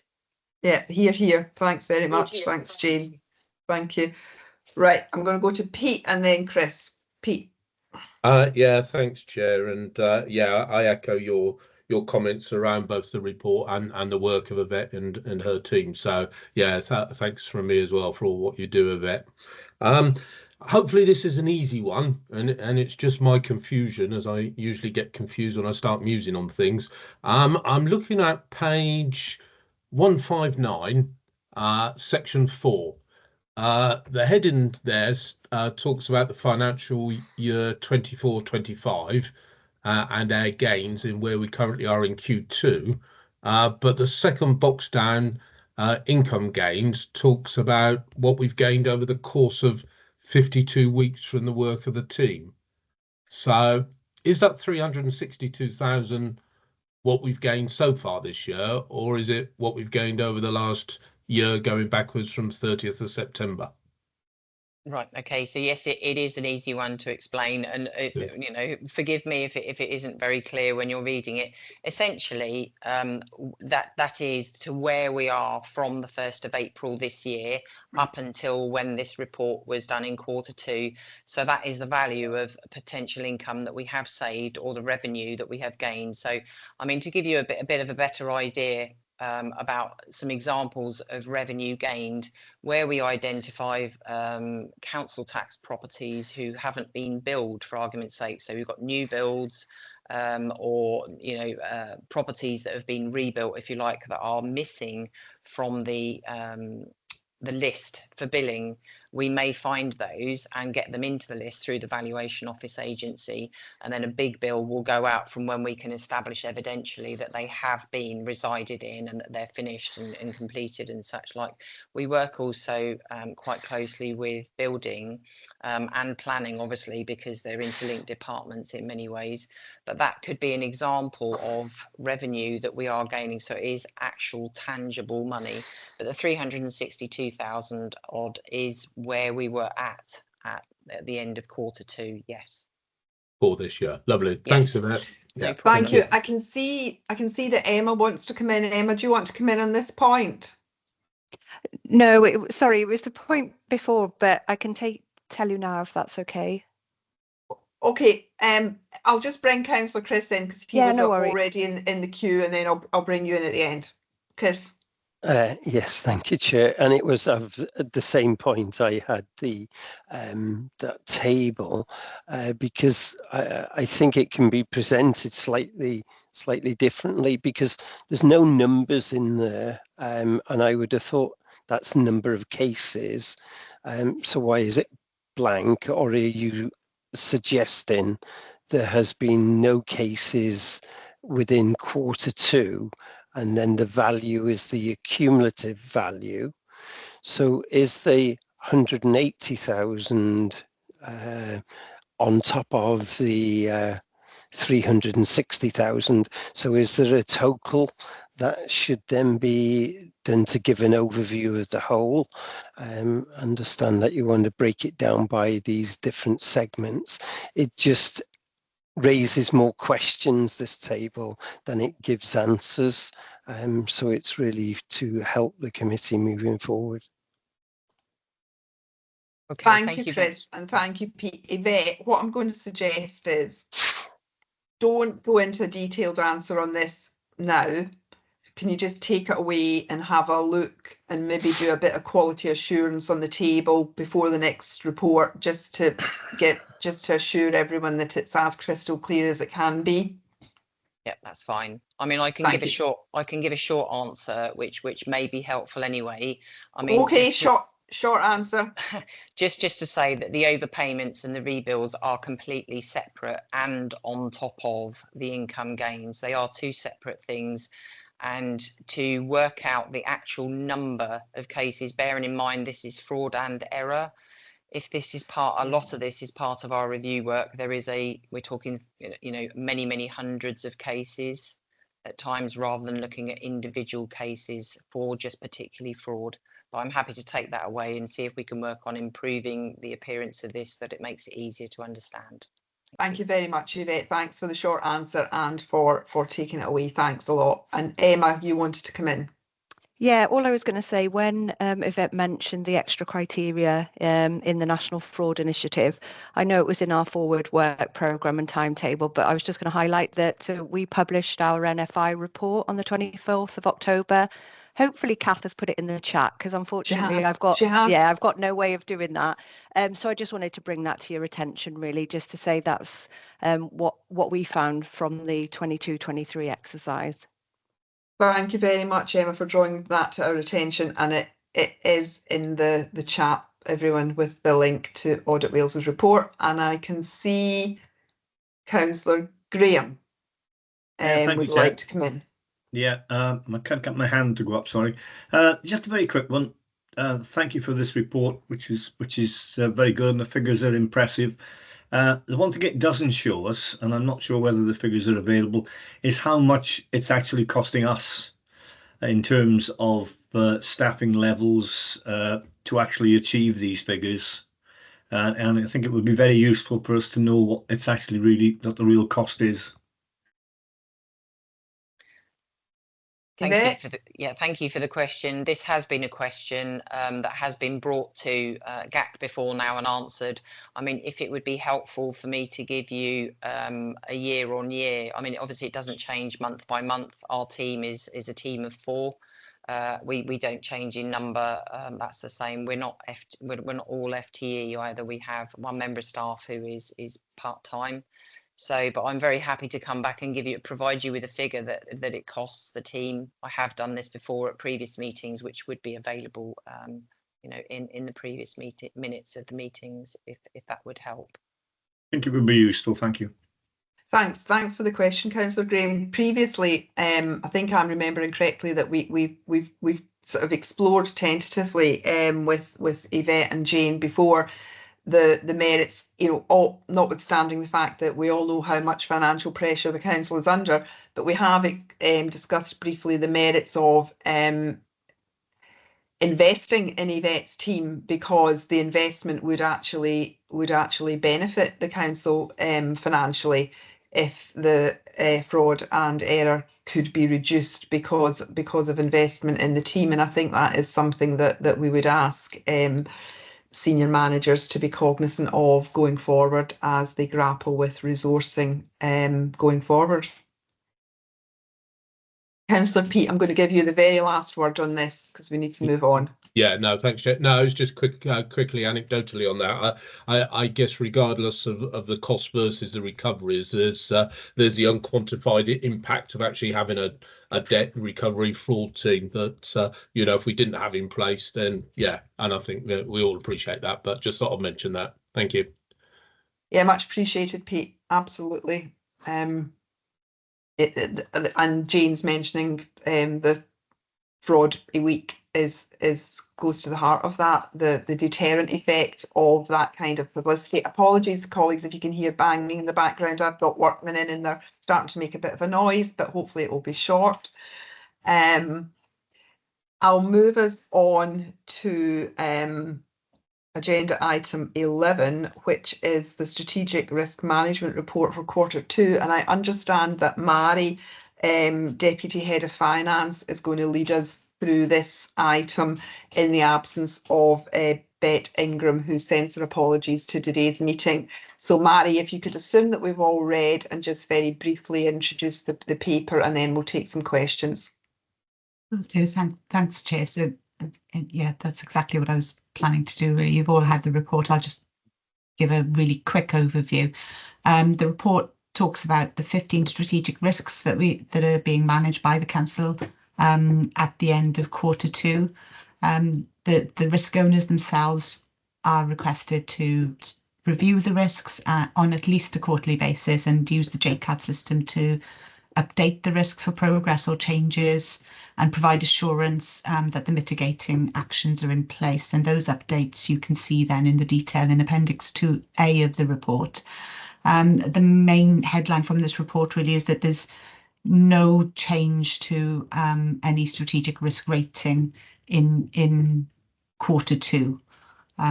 So you having reviewed it, things have remained stable.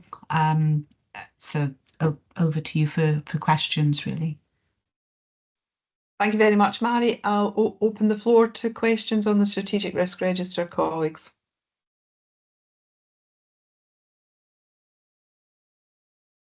No questions? Gosh, we can't have this because Bets usually gets questions, and she does. She does. Okay, from me in that case, the financial sustainability budget risk, I'm just going to put on the record what I've put on the record previously, that I would still like further exploration, please, to give me complete assurance that the strategic risks are covered, that the sustainable Paris is the mitigation to the financial sustainability risk. And my concern there is there could be risks in the sustainable Paris delivery space. So if there were strategic risks in the sustainable Paris delivery space, they are not themselves articulated on the strategic risk register. And that remains an assurance concern for me as chair. I'm duty bound to continue to put that on the record. And the other question I had on the current report is on PROC 0008, which is the geopolitical climate risk. And I was struck by the residual risk being 6, because I think a residual risk of 6 is quite low in the current climate of geopolitical risk. And I just wondered what the thinking or the process behind that was. Jane, and then I did see your hand up, Councillor Chris, so I'll bring you in when, yeah.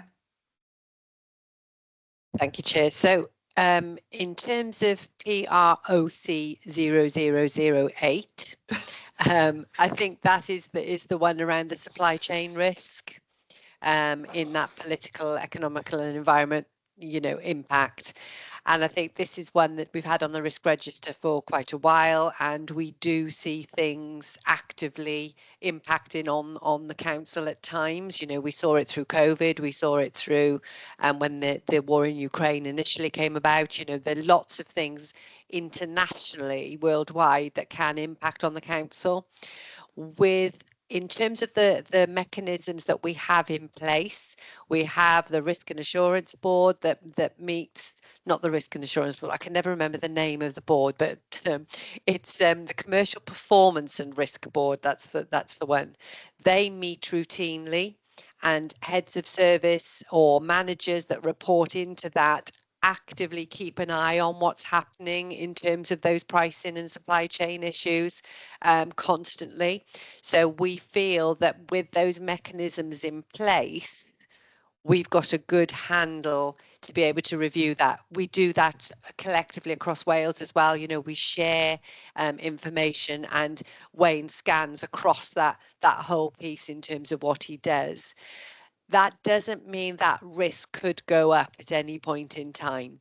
So even with those mitigations in place, the risk could, of course, increase based on what's happening. So we do keep it under constant review. And I think the scoring and the residual score there is very much based on what we see currently, and we continue to monitor it.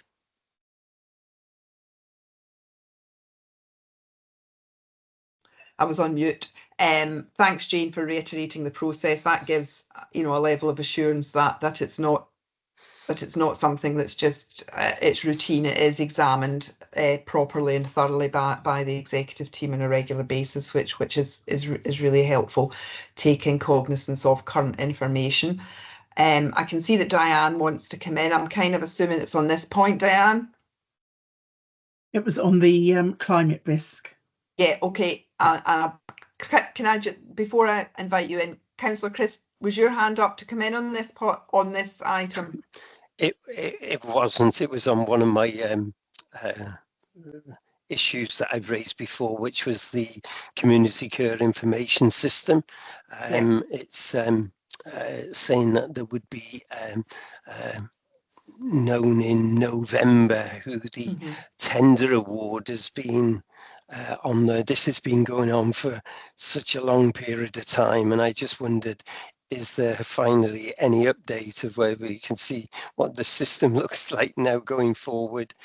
Because it's changed quite a bit, and I want to be assured that risks are not being occurred because of the fragmentation of the old system to the new system that we're going to be getting in place. Thanks, Chris.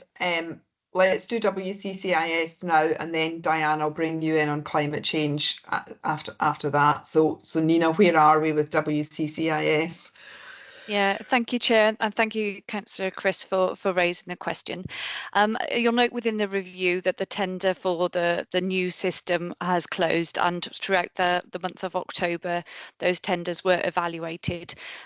We are now, that tender process is now completed, and we're currently in standstill. So it's obviously confidential at the moment. I'm not allowed to share, and I cannot share with you any of those details. But what I can tell you, Chair and Councillor Chris and committee, is that there will be a significant review and rewrite of this risk. We've got a meeting in December to do that, and I'd really like to perhaps come to your next Governance and Audit Committee with an update, a detailed update on the timescales and milestones to progressing to a new system and the details around that. Thank you, Nina. I think once there is a bit of a breakthrough, if I can call it that, in the WCCIS space, I think the committee would really welcome an assurance report, you know, a report on your expectations and what's happening, but framed with reference to this particular committee's role and remit within the authority. So around assurance and risk management, as Councillor Chris rightly stated with his question. But I mean, you know that it's been a particular interest of mine, and it's been a particular interest of Councillor Chris, because it might be a data management and IT system, but it goes to the heart of our most vulnerable citizens. So it's really, really important. Chair, it's about the continuation of safe care, and also of our employees as well. Yes. Because if they're entering into situations where they're going to be dealing with clients, they need to have the relevant information to be able to make those decisions. And it's about then how we share that going forward as well, with the other key agencies as well. And there's a whole lot more to this than what meets the eye, and it's just that this has been going on for such a long period of time. It just becomes a little bit worrying in my view. Yeah, absolutely. I couldn't agree more, Councillor Chris. So we'll have a bit of a focus on that at the earliest opportunity, guided by Nina as to timing.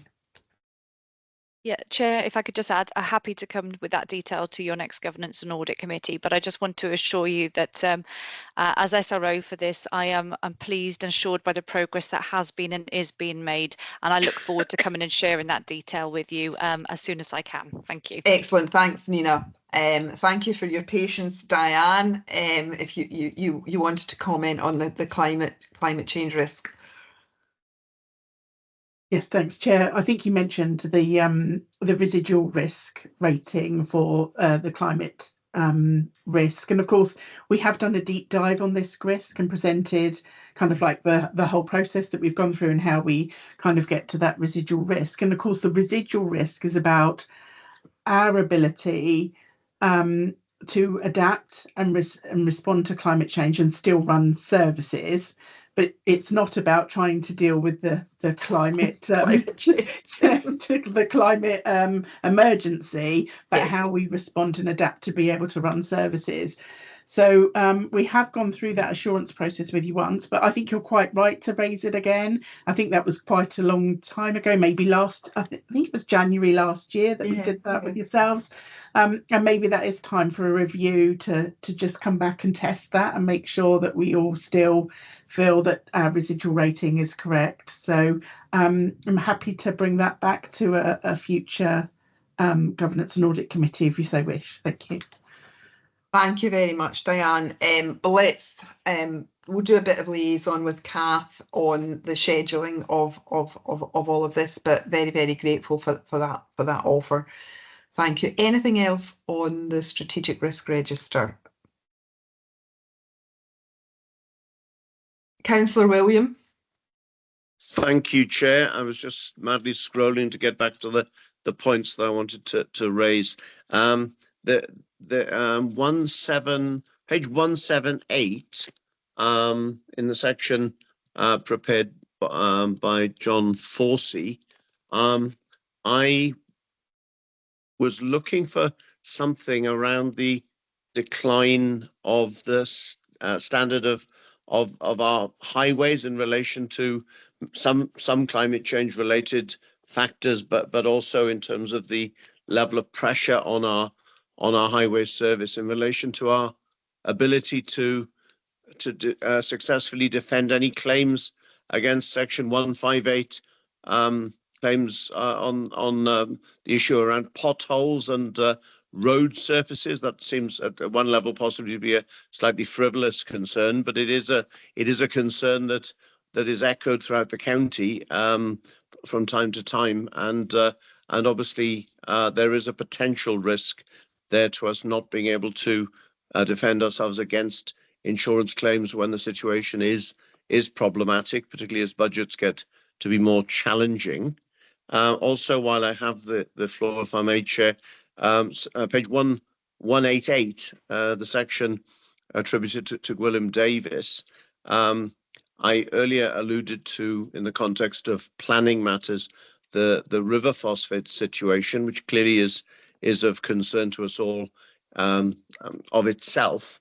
But in the section that Gwilym refers to there, I think it might be useful to drill down a little bit more into some of the specific risks, particularly in relation to a divergence of view between different authorities on the same body of water. And I think we need to be alert to emerging proposals within Banau Brycheiniog National Park Authority, which may make it more challenging for us to deliver on essential housing targets, and indeed not just housing targets, but also economic development related infrastructure needs around employment and retail. I think we need to be alert to that, because we don't hold all the cards, and we need to just keep a watching brief in that area, I would suggest. But if any officers have feedback or something that they'd like to raise in that connection, I'd be grateful. Thank you very much, Councillor William. Does anyone want to respond to that in today's meeting? Diane. They're both in my area. Very good questions. That's brilliant.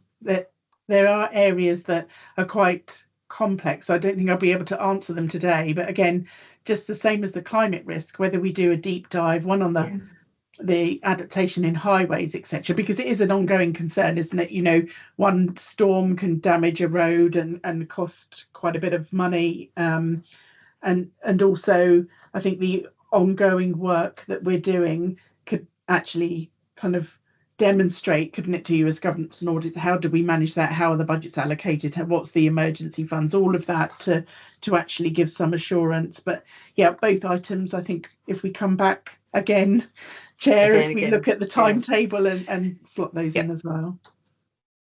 Yeah, thanks very much. I very much welcome that, Chair. I very much welcome that, because as Diane says, a single storm in the case of a trunk road closure in my immediate area, a trunk road closure of the A479 led to untold inconvenience and damage to secondary road networks that we're still living with, and that's a very valid point. And in relation to the wider concern around impact on availability of housing, employment and so on, I think that merits such a deep dive, but it has to fight its way with all the other jostling priorities. But I would suggest this is a pretty serious one. Thank you. Thank you very much, Councillor William, and thank you, Diane, for offering that. Carrie Ann, Kath and I were just earlier this week exchanging emails about developing the next sort of schedule of deep dives. So this conversation is really helpful in terms of the schedule of deep dives into the first part of 2025. So thank you very much for that, everyone. I will move us on to agenda item 12, which we have already touched on by virtue of our discussion on the earlier item on the follow-up report. But I'll invite Ian Phillips to come back on this, and then I'm sure Nina will respond. Just in terms of timing, colleagues, what I'm proposing to do is take agenda item 12, agenda item 13, which is the Public Service Ombudsman annual letter, and then I'll suggest we have a 10-minute break and come back to start agenda item 14. So we'll do 12 and 13, then we'll have a short break. So Ian, agenda item, well, Ian and Nina, agenda item 12, the corporate safeguarding activity report. Nina, yeah, probably you to go first on this one. Yeah, go on. Yeah, thank you, Chair. This is for me to set forward. So Corporate Safeguarding Board Activity Report is a summary of the meeting that was held on the 12th of September, and the report is a high-level summary of the information and discussions held at that meeting. We reviewed progress against the actions in the Safeguarding Regulatory Tracker that was shared on screen, and we noted the improvements in the work that has been happening. So just to reassure you that at every meeting we are progressing the actions and the action plans within that tracker. We looked at the Director of Social Services annual report, and we had a discussion about the content, the new format that was undertaken, also noted the use of AI in translating, etc. So the comments taken will be taken into account to make changes to next year's report, and have also been fed back to Welsh Government as well. There's a big discussion about a review of the terms of reference, reviewing and updating them to ensure they accurately reflect the board's purpose and activities. Lots of suggestions were made, and a draft amended version will be taken back to the board in December for further discussion and approval. An update was provided on the outcomes and implementation of child exploitation strategy. And we also had our regular updates in terms of housing and education as well, which are noted. The child exploitation strategy and implementation plan was shared and discussed. And we were, talked through the structured framework and the 3 key areas of prevent, protect and support. What was new to the agenda for September, Chair, is that we had a summary of learning from child practice reviews and adult practice reviews. So the summary was provided and it highlighted critical incidents and learning outcomes, not just from reviews that had taken place in Powys, but across the region. So the reviews covered issues such as child exploitation, sexual abuse, the death of a child, and also emphasises the importance of multi-agency collaboration, early intervention and a child-first approach in terms of safeguarding practices. So that was a new agenda item. So the next meeting is going to be held on the 12th of December with the 13th of March thereafter. So, Chair, a very brief update. And as I noted earlier, these activity reports are going to be reviewed as part of our December meeting to make sure that we're meeting the needs of both in terms of the purpose of the activity reports and in terms of scrutiny and governance and audit moving forward. Thank you, Chair. Thanks very much, Nina. Thank you. Ian, did you want to come in on this? Because I know you recorded some thoughts earlier in the meeting. Chair, Ian's had to unfortunately leave the meeting, but I think so I just reiterate the comments that Ian made, that I think the director has addressed in her comment in terms of actually how the reports aid scrutiny and governance and audit committee to draw their assurance around the progress that the board is making to address this very important issue. And previous reports have previously highlighted the outcomes rather in some detail to allow the committee to be able to draw that assurance and to ask questions. And at the moment, I think the directors acknowledged that there will be a review of the reports to ensure that those focuses are maintained in future updates. So obviously we will keep abreast of those, and I'm sure that the committee will do so as well. So Ian's had to unfortunately leave, so okay. We've worked on that together. Thank you very much for that support, Gareth, and I absolutely no doubt that Nina will be providing the level of detail required and recommended as we go forward. So thank you very much. Have colleagues got any comments or questions for Nina's activity report?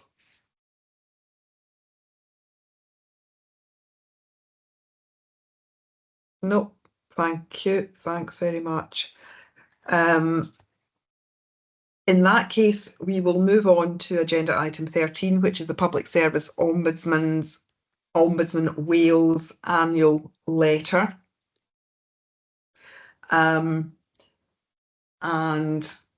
Clive, is Clive leading on this? Thank you, Chair. Thank you very much, members. Thanks, Clive. No problem at all.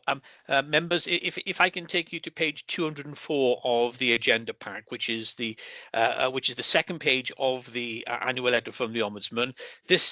But page 204 deals with issues which are for the purview of governance and audit, namely the complaints issue.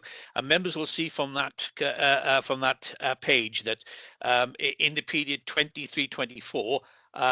54 complaints were received by the Ombudsman in respect of Powys County Council, and they closed 53 with an intervention rate of 13%. 13% is 7, I think.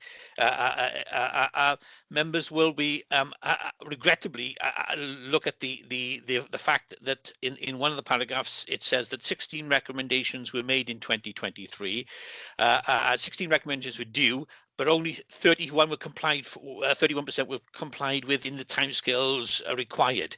That is a big concern for CLT. And what we have done, Chair, is to make sure that going forward, all recommendations from the on Public Service Ombudsman will be in future recorded on the tracker, the regulated tracker. So that will be a matter which will come to governance and audit as we progress.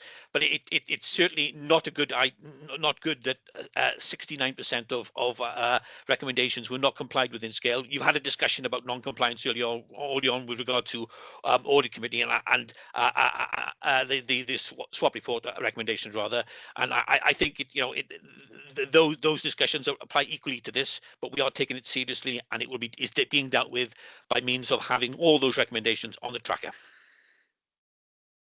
Thank you very much, Clive, for that introduction and your focus. Councillor Chris. Yeah, I mean, you picked it up, Clive, and I'm glad you have, because that was something that I was flagging up, because when you take it in relation to the previous item that we discussed about people following through on actions, here's another thing. And once you start to hear it once, you hear it, once you see it twice, you make a note of it, and when you hear it a third time, you have to do something about it. But I want to be proactive, so we need to be doing something about it now. It is a concern, so it needs to change. Well, Councillor Chris, we all agree that we need to do something now, and what we have done is making sure that we have all these recommendations put on the tracker, so that heads of service can clearly look at it on a regular basis, make sure that those actions are done and answered in a timely manner. Okay, thank you. Thanks, Clive. Thanks, Councillor Chris. Councillor Pete, I'll bring you in just a moment. I think the observation I would make, and I guess this is really for senior management to consider, and I know the chief executives had to leave the meeting, but what I would really encourage senior managers to be mindful of is the risk that actions like this, like swap, like the data before us in the ombudsman, the complaints, that we don't have a situation where there's a kind of cultural malaise that, oh well, it's just an action point from swap, or it's just an action point, management action from complaints or from swap, and it's not taken sufficiently seriously. And I would be concerned if that became a cultural issue. And I don't expect Clive or Jane to necessarily address that in this meeting, but in terms of risk and assurance, that would be my concern if I was in the senior management team, that it can't become a cultural sort of malaise. So I would just put that on the record. Councillor Pete. Yeah, thanks, Chair. Yeah, I won't labour too much, because I think both yourself and Councillor Chris have raised the points that also flagged up to me, and Clive has answered something. I just had two questions, though, if I may, which was just in relation to this. When we had agreed the timescales, is there anything that can be shared at the moment as regards why we then failed to hit those timescales? And if there are any implications from it. And my second question was on page 205, there's 3 action points set out there from the Ombudsman, and I just wanted to check whose responsibility it is for dealing with those action points, and if it's not this committee, will we see those responses in due course? Thank you, Chair. Thanks, Councillor Pete. Clive? Chair, insofar as Councillor Pete's suggestion about the action points, which are up on the bullet points of page 2005, it's a matter for CLT. We've already done the issue of bringing the annual letter to Cabinet and to the Governance Audit Committees. That's already been complied with, Chair. That's part of today.